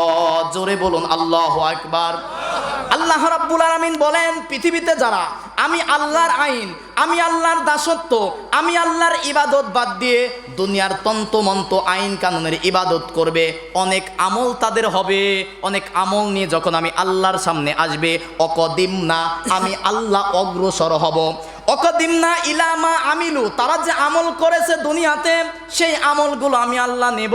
আমলের মধ্যে দেখবো নামাজ পড়েছে, রোজা করেছে, হজ করেছে, জাকাত দিয়েছে, ওয়াজ করেছে, দান করেছে, সব করেছে লোক দেখানোর জন্য। আছে না নাই? আছে। তার মানে আমার বক্তব্য, আমার লেখনী, আমার ওয়াজ, আমার কথা বলা, আমার নামাজ, আমার কুরবানি, আমার জাকাত, আমার দান, সব কিছু হবে কার জন্য? আল্লাহ রাব্বুল আলামিন সূরা আনআমের 162 নম্বর আয়াতের মধ্যে বলেন, কুল ইন্না সলাতি ওয়া নুসুকি ওয়া মাহইয়ায়া ওয়া মামাতি লিল্লাহি রাব্বিল আলামিন। জোরে বলুন আল্লাহু আকবার। আল্লাহ পাক বলেন, কুল ইন্না সলাতি, হে নবী আপনি বলেন আমার নামাজ কার জন্য? ওয়া নুসুকি, আমার কুরবানি কার জন্য? এই কুরবানি মানে কুরবানি দেওয়া, গরু কুরবানি, খাসি কোরবানি নাকি? এই কোরবানি নুসুকের অর্থ 3টা। জোরে বলেন কয়টা? এই নুসুক মানে পশু কুরবানি 1, 2 নম্বরে নুসুক মানে হজের ক্রিয়াকর্ম, 3 নম্বরে নুসুক মানে সব কিছু করব কার জন্য? এই যে সকালবেলা ঠান্ডা পানি দিয়ে ওযু করি, কার খুশির জন্য? এটাও তো একটা কোরবানি, ঠিক কিনা? লেপের তলে শুয়ে থাকলে পারতাম, কিন্তু আল্লাহর জন্য ঠান্ডা পানি দিয়ে ওযু করে নিজের জীবনের সাথে যে কোরবানি দিলাম, ত্যাগ দিলাম, এই কোরবানিটাও কার? আল্লাহ রাব্বুল আলামিন এটাই চায়, কুল ইন্না সলাতি, আমার নামাজ, ওয়া নুসুকি, আমার কুরবানি মানে আমার জীবনের ত্যাগ। ইসলাম কায়েমের জন্য রক্ত দিয়েছি কার জন্য? ন্যায় ইনসাফের জন্য। উসমান হাদি যে জীবন দিয়েছে কার জন্য? একটা কথা না বললেই নয়, অনেকে আবার বলতেছে এদেরকে নাকি শহীদ বলা যাবে না। বলেন তো আপনারা বলেন, এদেরকে কি শহীদ বলা যাবে না? বলেন না কেন? কয়েকটা কথা শোনেন। একটা নারী যখন সন্তান জন্ম দিতে যায়, সন্তান জন্ম দিতে গিয়ে যদি মারা যায়, তাকে শহীদের মর্যাদা দেবেন কে? আল্লাহ। পানিতে নদীতে ডুবে যদি মারা যায়, একেও শহীদের মর্যাদা দান করবে কে? রোড অ্যাক্সিডেন্ট করে যদি মারা যায়, তাকেও শহীদের মর্যাদা দান করবে কে? এরপরে যারা আগুনে পুড়ে মারা যাবে, তাদেরকেও শহীদের মর্যাদা দান করবে কে? এইগুলো হচ্ছে শহীদের সমতুল্য মর্যাদা পাবে। কি পাবে? ধরেন যে একটা শহীদ হলে মনে করেন শহীদের পুরস্কারের কোনো লিমিট নাই। আল্লাহু আকবার। আল্লাহ পাক মনে করেন যে 100টা নেকি হয়, সন্তান জন্মতে গিয়েও যদি মারা যায়, শহীদের সমতুল্য 100টা নেকি দেওয়া হবে। কিন্তু মূল শহীদ ইসলামের জন্য, কোরআনের জন্য, মানবতার জন্য। কয়টা কথা বলছি? কিসের জন্য? ইসলামের জন্য। ইসলামের জন্য মানে কোরআনের জন্য, রাসূলের জন্য, আর মানবতার জন্য যারা জীবন দেবে তাদেরকে শহীদ বলেছে কে? এই যে উসমান হাদি, তার প্রতিটা মুখের কথা ছিল এই সমাজের মধ্যে ন্যায় আর ইনসাফ কায়েম করতে চাই, ঠিক কিনা বলেন? দেখেন নাই আমারে আপনারে তো গুলি করে না, সারা জীবনেও করবে না, কারণ আমরা ভারতের দালালি করি। কথা বলেন না কেন? আপনি দেখেন লিল্লাহি আবগুন, আমি আল্লাহর জীবন ব্যবস্থা বাদ দিয়ে কোথায় যাও? ওয়ালাহু আসলামা মান ফিস সামাওয়াতি ওয়াল আরদ, অথচ আসমান আর জমিনের মধ্যে যত সৃষ্টি আছে আইন মানে কার? সকল সৃষ্টি বলেন তো আইন মানে কার? একটু চিন্তা করেছেন সূর্যকে সৃষ্টি করেছে কে? ওই যে সূর্য সৃষ্টির শুরুতেই বলেছে পূর্ব দিকে উঠতে হবে, পশ্চিমে ডুবতে হবে। কোনোদিন কি রাত 12টায় সূর্য উঠে পড়ছে? হুকুম মানতেছে কার? চাঁদকে আল্লাহ পাক যে আদেশ দিয়েছে চাঁদ সেই হুকুম মানে কিনা? আল্লাহ পাক বলতেছেন তওয়া ওয়া কারহা, ইচ্ছায় অনিচ্ছায় সবাই হুকুম মানে কার? শুধু মানে না একটা জাতি, নাম কি বলেন না কেন? তাহলে আল্লাহর হুকুম মানার দরকার আছে না নাই? আল্লাহ পাক বলতেছেন যারা আল্লাহর হুকুম না মেনে বিভিন্ন আমল করে যারা আসবে, অকদিম নামে আল্লাহ তাদের কাছে আসব, ইলামা আমিলু তাদের আমল নেব, আমালাং সলিহা তারা যে কত ভালো কাজ করছে, নামাজ পড়ছে, রোজা করছে, হজ করছে, জাকাত দিছে, কিন্তু সব ছিল লোক দেখানো, আছে না নাই? পাশের বাড়ির গরিব মানুষ কুরবানি দিছে, আমি যদি না দেই কেমন হয়, আছে না নাই? আমার বক্তব্য মানুষ প্রশংসা করবে এই নিয়তে যদি বক্তব্য দেই, কিয়ামতের দিন বলবে যে আলেম সাহেব দাঁড়াও, তোমার বক্তব্য দেওয়া ছিল মানুষকে খুশি করার জন্য, অতএব তোমাকে মানুষ ভালোই বক্তা বলেছে, দুনিয়াতে তুমি সেটার প্রাপ্য পেয়ে গেছো, আজকে আমি আল্লাহর কাছে আর এর কাছ থেকে কোনো প্রতিদান। তার মানে আমাদের ওয়াজ, আমাদের বক্তব্য, আমাদের কোরআন পড়া, আমাদের নামাজ পড়া, আমাদের দিন কায়েমের আন্দোলন করা, আমাদের রোজা করা, আমাদের হজ করা, আমাদের জাকাত দেওয়া, আমাদের সব কিছু হবে একমাত্র কার জন্য? ওই যে আয়াত সূরা আনআমের বলে আসছে না, শেষই তো করি নাই, এখন তো ওয়াজ আবার শুরু করতে হবে নতুন করে। আল্লাহ পাক বলতেছেন কুল ইন্না সলাতি ওয়া নুসুকি, আমার নামাজ, আমার কুরবানি, ও মাহইয়া আমার জীবন, ও মামাতি আমার মরণ কার জন্য? বলেন না কেন? আমার জীবন, আমার মরণ একমাত্র কার জন্য? আমার বেঁচে থাকা, আমার মরে যাওয়া একমাত্র কার জন্য? আল্লাহ পাক বলেন যারা আল্লাহ বাদ দিয়ে অন্য কারো ইবাদত করে আসবে তাদের আমল কিয়ামতের দিন আল্লাহ নেবে। অকদিমনা ইলামা আমিলু মিন আমালিন ফাজআলনাহু, আমলগুলো নেওয়ার পরে বিক্ষিপ্ত ধুলি করা নেয় ছিটিয়ে দিবে। নাউজুবিল্লাহ কোন। আচ্ছা, এক মুষ্টি ধুলে নেওয়ার পরে ছিটিয়ে দেওয়ার পরে ওই ধুলাগুলো কি আর এক জায়গায় করতে পারবেন? বলেন করতে পারবেন? কখনো সম্ভব? তার মানে কি আমল যদি করতে হয়, নেক কাজ যদি করতে হয়, ইবাদত যদি করতে হয়, গোলামি যদি করতে হয়, আইন যদি মানতে হয়, একমাত্র কার? আল্লাহ রাব্বুল আলামিন এই কথাই বলতেছেন অকদা রব্বুকা আল্লাহ তা'বুদু, আমি আল্লাহ তোমাদেরকে আদেশ করতেছি একমাত্র গোলামি করতে হবে আমি আল্লাহর। আল্লাহ ছাড়া আর কারো ইবাদত করা যাবে কেন? আমি আল্লাহ তোমাদেরকে সৃষ্টি করেছি, একমাত্র ইবাদত করবা কার? তাহলে সৃষ্টির উদ্দেশ্য স্রষ্টার ইবাদত। বলেন তো সৃষ্টির উদ্দেশ্য কি? এক নম্বরে সৃষ্টির উদ্দেশ্য স্রষ্টার ইবাদত, দ্বিতীয় নম্বরে আমার আপনার সৃষ্টির উদ্দেশ্য আল্লাহর জমিনে আল্লাহর খেলাফা কায়েম করা। বলেন তো আল্লাহর জমিনে কি করা? আল্লাহর জমিনে আল্লাহর খেলাফা কায়েম করা। আল্লাহ পাক সূরা বাকারার 30 নম্বর আয়াতের মধ্যে বলেন ওয়া ইয ক্বালা রাব্বুকা লিল মালাইকাতি ইন্নী জাইলুন ফিল আরদি খলিফা। জোরে বলুন আল্লাহু আকবার। আল্লাহ রাব্বুল আলামিন বলেন ফেরেশতাদেরকে আমি আল্লাহ একত্রিত করলাম, একত্রিত করার পরে বললাম ইন্নী জাইলুন ফিল আরদি খলিফা, আমি পৃথিবীতে জমিনে খলিফা পাঠাতে চাই। কি পাঠাতে চাই? খলিফা মানে কি? আমার দেশে চুল যারা কাটে তাদেরকে অনেক দেশে খলিফা বলে, দর্জির কাজ যারা করে তাদেরকেও আগের লোক খলিফা বলতো, কিন্তু খলিফা মানে প্রতিনিধি। বলেন তো কি? কোনো দায়িত্বশীল ব্যক্তি যদি আসতে না পারে তার পক্ষ থেকে কি পাঠায় ভাই? সবাই একটু মনোযোগ দেন, কি পাঠায়? প্রতিনিধি। তাহলে আমাকে আপনাকে এই দুনিয়াতে পাঠিয়েছে কে? তাহলে আমরা প্রতিনিধি কার? তাহলে জমিনে এসেছি কার দায়িত্ব পালন করার জন্য? একটু বিবেক দিয়ে চিন্তা করেন, আমাকে আপনাকে দুনিয়াতে পৃথিবীতে খলিফা করে পাঠিয়েছে কে? দুনিয়াতে এসেছি খলিফা হয়ে কার? কিন্তু আল্লাহর খলিফা হয়েছে। আল্লাহ পাক কি বলতেছে দেখেন, একটু মনোযোগ দেন। ইন্নী নিশ্চয়ই জাইলুন ফিল আরদি খলিফা, আমি তোমাদেরকে ফিল আরদ এই জমিনে খলিফা করে পাঠাইছি। কোথায়? কিন্তু আমরা খলিফা কোথায়? মসজিদে আর মাদ্রাসায়। ঠিক কিনা বলেন? কোথায় হয়ে যাচ্ছি? মসজিদে আর মাদ্রাসায়। আল্লাহ পাক এখানে কি বলছে যে ইন্নী জাইলুন ফিল মসজিদ খলিফা? বলেন না কেন? তার মানে আল্লাহ পাক বলেছেন জমিনে, তার মানে এই জমিনে খলিফার কাজ কি? খলিফার কাজ হচ্ছে খেলাফা প্রতিষ্ঠা করা। কি করা? বলেন না কেন? কি করা? খেলাফা প্রতিষ্ঠা করা মানে কি? আল্লাহর প্রতিনিধি হয়ে এসে আল্লাহর খেলাফত তথা কোরআনের রাজ কায়েম করা, ঠিক কিনা বলেন? তাহলে আল্লাহর সৃষ্টির দুইটা উদ্দেশ্য বললাম। এক নম্বরে আমাকে আপনাকে সৃষ্টি করেছে কে? তাহলে গোলামি করব কার? দুই নম্বরে আমাকে আপনাকে সৃষ্টি করেছে যে আল্লাহ, সে আল্লাহ পৃথিবীতে খলিফা করে পাঠিয়েছে। আমাদের দায়িত্ব, খলিফার কাজ আল্লাহর খেলাফত প্রতিষ্ঠা করা, ঠিক কিনা বলেন? তিন নম্বরে আমার আপনার সৃষ্টির মূল উদ্দেশ্য মানবতার কল্যাণ। বলেন তো কি? সূরা ইমরানের 110 নম্বর আয়াত। আল্লাহ রাব্বুল আলামিন বলেন, কুনতুম খায়রা উম্মাতিন উখরিজাত লিন-নাসি তা'মুরুনা বিল মা'রুফি ওয়া তানহাউনা আনিল মুনকার। জোরে বলুন আল্লাহু আকবার। আল্লাহ রাব্বুল আলামিন বলেন, কুনতুম খায়রা উম্মাত, তোমরা হচ্ছে শ্রেষ্ঠ উম্মত। সুবহানাল্লাহ কোন? আচ্ছা বলেন তো, সকল সৃষ্টির মধ্যে শ্রেষ্ঠ সৃষ্টি কারা? নিজেদের পরিচয় এত আসতে দিলেন। সৃষ্টির মধ্যে শ্রেষ্ঠ জীব কারা?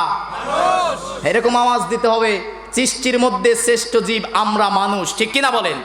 আল্লাহ রাব্বুল আলামিন সূরা বনী ইসরাঈলের ৭০ নম্বর আয়াতের মধ্যে বলেন, ওয়ালাকাদ কাররামনা বানি আদম, আমার যত সৃষ্টি আছে সকল সৃষ্টির মধ্যে শ্রেষ্ঠ জীব হচ্ছে মানুষ, ঠিক কিনা? এখন মানুষের শ্রেষ্ঠ হওয়ার কারণ, মানুষ 3 বেলা ভাত খায় এই জন্য, মানুষ দেখতে সুন্দর এই জন্য।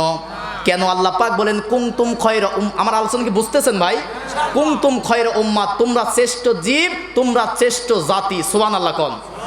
কারা শ্রেষ্ঠ জাতি? আমরা। বলেন কারা? তাহলে আমরা শ্রেষ্ঠ জাতি হওয়ার কাজ কি? উখরিজাত লিন-নাস, আমি আল্লাহ তোমাদেরকে শ্রেষ্ঠত্ব দিয়েছি এই কারণে যেন তোমরা মানুষের কল্যাণ করো। কি করো? বলেন না কেন? আচ্ছা আপনারা কি এই ঘটনা জানেন যে সাহাবীদেরকে আল্লাহ পাক জান্নাতের সার্টিফিকেট দিয়েছে? জান্নাতের সার্টিফিকেট দিয়েছে। সাহাবীরা অনেক উঁচা লম্বা ছিল এই কারণে, গরিব মানুষ ছিল এই কারণে, নবীজিকে দেখছে এই কারণে। সাহাবীদেরকে জান্নাতি ঘোষণা দেওয়ার যতগুলো কারণ ছিল তার অন্যতম কারণ সূরা হাসরের মধ্যে জানিয়েছে, ওয়ালাউ কানা বিহিম খাসাসা, তারা একজন আরেকজনকে অগ্রাধিকার দিয়েছে। সুবহানাল্লাহ কোন? তাদের মনের মধ্যে কোনো হিংসা বিদ্বেষ ছিল না, একজন আরেকজনকে ভালোবেসে সামনের দিকে এগিয়ে দিয়েছে। এই আল্লাহ পাক দেখে সাহাবীদেরকে খুশি হয়ে বলেছে, রাদিয়াল্লাহু আনহুম ওয়া রাদু আন, আমি আল্লাহ সাহাবীদের আদর্শের প্রতি খুশি হয়ে গেলাম। সুবহানাল্লাহ কোন? তাহলে মানুষ সৃষ্টির মূল উদ্দেশ্যর 3 নম্বরে আমাদেরকে সৃষ্টি করা হয়েছে মানবতার কল্যাণে। কিসের কল্যাণে? বলেন না কেন কিসের কল্যাণে? মানবতার কল্যাণে কি? সবচেয়ে বেশি মানুষ ক্ষতিগ্রস্ত হচ্ছে আমার আপনার দ্বারায়। কথা বলেন না কেন? উসমান হাদিকে এসে গুলি করেছে লন্ডন থেকে। কথা বলেন না কেন? বলেন না কেন আমেরিকা থেকে? তার মানে এই দেশে যে অন্যায় অবৈধ কাজগুলো করতেছে তারাও আমার আপনার মতো রক্তে মাংসে গড়া মানুষ, ঠিক কিনা বলেন? এই মানুষগুলোকে যদি সোনার মানুষ করতে চাই, আল্লাহর কোরআনের আইনের বিকল্প কোনো রাস্তা খোলা নাই। এমন দেশ প্রকাশ্যে দিবালোকে গুলি করে মানুষকে হত্যা করে, কোনো বিচার হয় না, ঠিক কিনা বলেন? খলিফাতুল মুসলিমিন আমিরুল মুমিনিন যখন প্রধানমন্ত্রী, আমাদের মতোই 56,000 বর্গ মাইল নয়, গোটা পৃথিবীর অর্ধেক পৃথিবী শাসন করে হযরত ওমর। খলিফাতুল মুসলিমিন আমিরুল মুমিনিন প্রধানমন্ত্রী একদিন রাতের বেলা বের হয়ে দেখে তার বারান্দায় একটা শিশু লাশকে 6টা টুকরা করেছে। নাউজুবিল্লাহ কোন? কয় টুকরা? ওমরের সাদি তো গরম, শিশু মানুষ, তারপরে টুকরা কয়টা? 6টা টুকরা করে রেখে গেছে। যে দেশে আমি ওমর বিচার করি আল্লাহর কোরআনের আইন দিয়ে, এই দেশে এই কাজ করলো কে? ওমরের ঘুম হয়ে গেছে হারাম। একদিন চলে গেল, 3 দিন চলে গেল, 4 দিন চলে গেল, বিচার করতে পারলো না, সাক্ষী খুঁজে বের করতে পারে না, হত্যা করলো কে বের করতে পারে না। হযরত ওমরের খাওয়া দাওয়া বন্ধ হয়ে যাচ্ছে। ইসলামের ইতিহাসে সোনালী অক্ষরে যার নাম লেখা আছে তার নাম হযরতে ওমর, ঠিক কিনা? আল্লাহর রাসূল বলেছেন, লা নাবিয়্যা বা'দা ওয়া রাসূলা, আমার পরে যদি কোনো নবী এবং রাসূল হতো তার নাম হতো হযরতে ওমর। আমার হযরতে ওমর রাস্তা দিয়ে যখন হেঁটে যায়, ওই রাস্তা দিয়ে শয়তান ভয় করে যায় না। কয়দিন? 40 দিন শয়তান ভয় করে যায় না। আল্লাহর রাসূল বলেছে আমার ওমর 26-27 বছর বয়সে কালেমা পড়ে মুসলমান হওয়ার পরে এত পরিমাণ নেকির কাজ করেছে, একটা মানুষ সারা জীবন আসমানের তারকা গণনা করতে করতে শেষ করতে পারবে, কিন্তু হযরত ওমরের নেক আমল গুণে কখনো শেষ করতে পারবে না। আল্লাহু আকবার। এমন নেতা আমার দেশে দরকার আছে না নাই? বলেন, হযরত ওমরের মতো নেতা আমার দেশে দরকার আছে না নাই? খলিফাতুল মুসলিমিন আমিরুল মুমিনিন একদিন রাতের বেলা হাঁটতেছে, হঠাৎ করে দেখে পাহাড়ের গিরিপথে একটা বৃদ্ধা মহিলা পাতিলের মধ্যে কি জানি রান্না করে। ওইদিকে ছোট্ট ছোট্ট বাচ্চারা কান্না করতেছে। বৃদ্ধা মহিলা বলতেছে, সন্তানেরা তোমাদের জন্য মাংস রান্না করা হচ্ছে, আর কান্না করো না, তোমরা চুপচাপ থাকো, রান্না হলেই তোমাদেরকে খাবার দেব। খলিফাতুল মুসলিমিন আমিরুল মুমিনিন হযরত ওমর কাছে গেলেন, গিয়ে দেখে পাথর রান্না করা হচ্ছে, কোনো খাবার নয়। বৃদ্ধা মহিলাকে বলল, মা তুমি সন্তানদেরকে কেন মিথ্যা কথা বলে পাথর জাল করতেছো? ওই বৃদ্ধা মহিলা বলতেছে, তুমি কে পথিক জানি না, আমি এসেছি খলিফাতুল মুসলিমিন হযরত ওমরের কাছে যাওয়ার জন্য, কিছু খাদ্য দরকার। 3 দিন হলো আমার সন্তানদের কোনো খাবার নাই, খোদার যন্ত্রণায় তারা কান্না করতেছে। এই পাথরগুলো রান্না করতেছি, এইটা দেখে আমার সন্তানেরা কান্না করতে করতে ক্লান্ত হয়ে যখন ঘুমিয়ে যাবে, কাল সকালবেলা আমি খলিফার দরবারে গিয়ে কিছু খাবার নিয়ে এসে খাওয়াবো। ওমর রাদিয়াল্লাহু তাআলা আনহু চোখ দিয়ে টপ টপ করে পানি পড়তেছে। বৃদ্ধা মহিলাকে বললেন, মা আপনি এখানেই থাকেন, আমি আসতেছি। দৌড়িয়ে চলে আসলেন। বাইতুল মালের যে দারোয়ান ছিল, বাইতুল মালের যে সাহাবী ছিল, নাম ছিল আসলাম। আসলামকে ডাক দিয়ে বলল, আসলাম একটা বস্তার মধ্যে কিছু খাবার তৈরি করো, আটা দাও, ময়দা দাও। আসলাম বস্তাটাকে পরিপূর্ণ করার পরে পিঠের ওপরে তুলতে যাবে। হযরত ওমর বলতেছে, তোমার পিঠে নিতে হবে না, এই খাদ্যের বস্তাটা আমি ওমরের পিঠে তুলে দাও। আল্লাহু আকবার। ওমর শুধু ওমর নয়, সেই দেশের প্রধানমন্ত্রী কে? বলেন, ওমর কে? প্রধানমন্ত্রী। আসলামকে ডাক দিয়ে বলে, আসলাম আমি প্রধানমন্ত্রী, আমার চোখে যেটা দেখে এসেছি, আমি যদি সঠিক সময়ে খাবার পৌঁছাতে না পারি, কাল কিয়ামতের কঠিন মুসিবতের দিনে আল্লাহ তোমাকে শাস্তি দিবে না, এর জন্য আসামির কাঠগড়ায় আমি ওমরকে দাঁড় করিয়ে দেবে। ঠিক কিনা? হযরত ওমর নিজে পিঠের মধ্যে খাদ্যের বোঝা নিয়ে বৃদ্ধা মহিলার কাছে গিয়ে রান্না করে সন্তানদেরকে খাইয়ে ওই বৃদ্ধা মহিলাকে খাইয়ে বলল যে, মা কাল সকালে আপনি ওমরের দরবারে যাবেন, ওমরের দরবারে যাওয়ার পরে আমাকে দেখতে পাবেন, আমাকে দেখলে আমি আপনাকে বেশি করে খাদ্য দেওয়ার চেষ্টা করব। এবার বৃদ্ধা মহিলা তার হাতটা ধরে বলতেছে, বাবা এই দেশে যদি প্রধানমন্ত্রী হযরত ওমর না হয়ে তুমি হতে, কতই না ভালো হয়ে যেত। তখন পরিচয় গোপন রেখে বললেন, মা কালকে আসবেন, দেখা হবে। সকালবেলা বৃদ্ধা মহিলা এসে দেখে প্রধানমন্ত্রীর চেয়ারে বসে আছে ওই রাতের বেলা যে দৌড়াদৌড়ি করেছে সেই ওমর। আল্লাহু আকবার। এমন নেতা যারা পিঠের মধ্যে খাদ্যের বোঝানি দৌড় পারবে, কাজগুলো বাড়িতে বাড়িতে পৌঁছিয়ে দেবে, এমন নেতা চাই কিনা?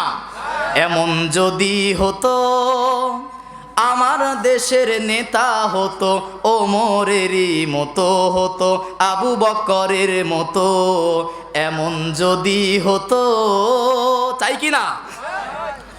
জনগণের খোঁজ খবর নিত রাত দুপুরে, ঘুরে ঘুরে দেখতো কি কেউ আছে অনাহারে।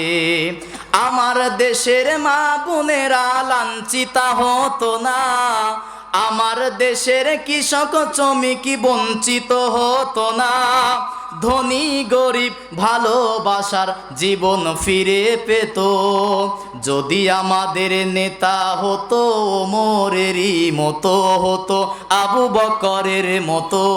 ঠিক কিনা বলেন? এমন যদি হতো আমার দেশের নেতা হতো, ওমরেরই মতো হতো, আবু বকরের মতো। এমন নেতা চান কিনা? তাহলে এমন নেতা যদি চাই, যে নেতা মানে কোরআন, সেই নেতার পক্ষে থাকতে হবে। ঠিক কিনা বলেন? এবার খলিফাতুল মুসলিমিন আমিরুল মুমিনিন তিনি তাকে বৃদ্ধা মহিলাকে খাবার দিলেন। বৃদ্ধা মহিলা তো চোখ দিয়ে পানি বের হয়ে গেছে, ভয় পাচ্ছে, কারণ রাতের বেলা যে ব্যক্তি আমার জন্য দৌড় পেরেছে সে সাধারণ ব্যক্তি নয়, সে কে? প্রধানমন্ত্রী কে? কেমন প্রধানমন্ত্রী? একদিন জুমার বক্তব্য, ওমরের কাহিনী, আমি তো কাহিনী বলতে পারি না ভাই, এই জন্য এলোমেলো হয়ে যায়। হযরত ওমর একদিন জুমার নামাজের ইমামতি করতেছে। আল্লাহু আকবার। নেতা তো এমনই হতে হবে, সমাজের নেতা হবে যে মসজিদের ইমামতি করবে সে। কথা বলেন না কেন? আমার দেশের প্রধানমন্ত্রী হবে যে বাইতুল মুকাররমের ইমাম হবে সে। পাতি এরেও যদি বলি যে ভাই 2 বছর আগে তোর কিছুই ছিল না, কেমনে হলো? আমার বিরুদ্ধে মামলা আছে না নাই? কিন্তু হযরত ওমর সাধারণ ব্যক্তি নয়, অর্ধজাহানের খলিফা জুমার বক্তব্য দিচ্ছে, সাধারণ ব্যক্তি দাঁড়িয়ে বলতেছে ওমর খুতবা বন্ধ করেন। আপনার গায়ে যে জুব্বা দেখতেছি, জুব্বার ঝুল বড়, হাতা বড়, সরকারি 2টা সিট নিয়ে আপনি জুব্বা বানাইছেন, আর এই দিক থেকে আমরা গরিব মানুষ, জুব্বার হাতা ছোট, ঝুল ছোট হয়ে গেছে, কেন 2টা সিট নিছেন বলেন? কোথায় পেলেন বলেন? রাষ্ট্রের দায়িত্বের জবাব জিজ্ঞাসা করবে প্রতিটা জনগণ, ঠিক কিনা বলেন? কয়টা কাজ কোথায় গেল, রাস্তায় কত টাকা হলো? ওই যে উসমান হাদির কথা কেন বারবার বলতে হবে? উসমান হাদি বলেছিল, আমি যদি ঢাকা আসনের এমপি হতে পারি, 6 মাস পর পর আমার হিসাবের সবকিছু মনিটর করে করে 12 মাস দেখাবো। আল্লাহু আকবার। এমন বক্তব্য জামাত বলেন, হেফাজত বলেন, চরমনাই বলেন, আওয়ামী লীগ বলেন, বিএনপি বলেন, কোন নেতাই আজ পর্যন্ত দিতে পারে নাই, ঠিক কিনা বলেন? কারণ নেতা কি করেছে এই সমাজের প্রতিটা ওয়াজে ওয়াজে মোড়ে মোড়ে প্রকাশ্যে বলতে হবে, ঠিক কিনা? এখন ওমর তো বসে পড়ছে, কারণ জবাবদিহিতা তাফসিরের মধ্যে আসছে। ওমর বসে পড়ার কারণ কি? ওমর কিয়ামতের কথা চিন্তা করে বসে পড়ছে। আল্লাহু আকবার। যে জনগণ দুনিয়াতেই আমার খুতবা বন্ধ করে দিচ্ছে, এই জনগণের কত কিছু না করতেছি, কিয়ামতের দিন যদি মামলা দেয়, আমি ওমর বাঁচার কোনো সুযোগ? বলেন, আমি ওমরের বাঁচার কোনো সুযোগ? মৃত্যুর একটা ঘটনা বলবো ওমরের। এইবার হযরত ওমর বসে পড়েছে, এইবার বলতেছে খলিফাতুল মুসলিমিন বলতেছে, ওমর বলতেছে যে ভাই, আমার প্রশ্নের জবাব আমি দেব না, আমার সন্তান আব্দুল্লাহ দেবে। আল্লাহু আকবার কোন। আব্দুল্লাহ দাঁড়ালো। আব্দুল্লাহ দাঁড়িয়ে বলতেছেন যে ভাইরা মুসল্লিরা শোনেন, আমার বাবা প্রধানমন্ত্রী, আমার বাবাও একটা বাইতুল মাল থেকে আপনারা যে একটা সিট পেয়েছেন, আমার বাবাও একটা সিট পেয়েছে, কিন্তু আমার বাবার একটা জুব্বা পুরাতন হয়ে গেছে। আমার আব্বার কাছে জেরুজালেম থেকে লোক আসে, মিশর থেকে লোক আসে, বিভিন্ন জায়গা থেকে প্রধানমন্ত্রী হওয়ার কারণে দেখা করার জন্য আসে। আমার আব্বার জামাটা যদি কোনোদিন পরিষ্কার করতে দেয়, সেই দিন আর মানুষের সাথে দেখা করতে পারে না।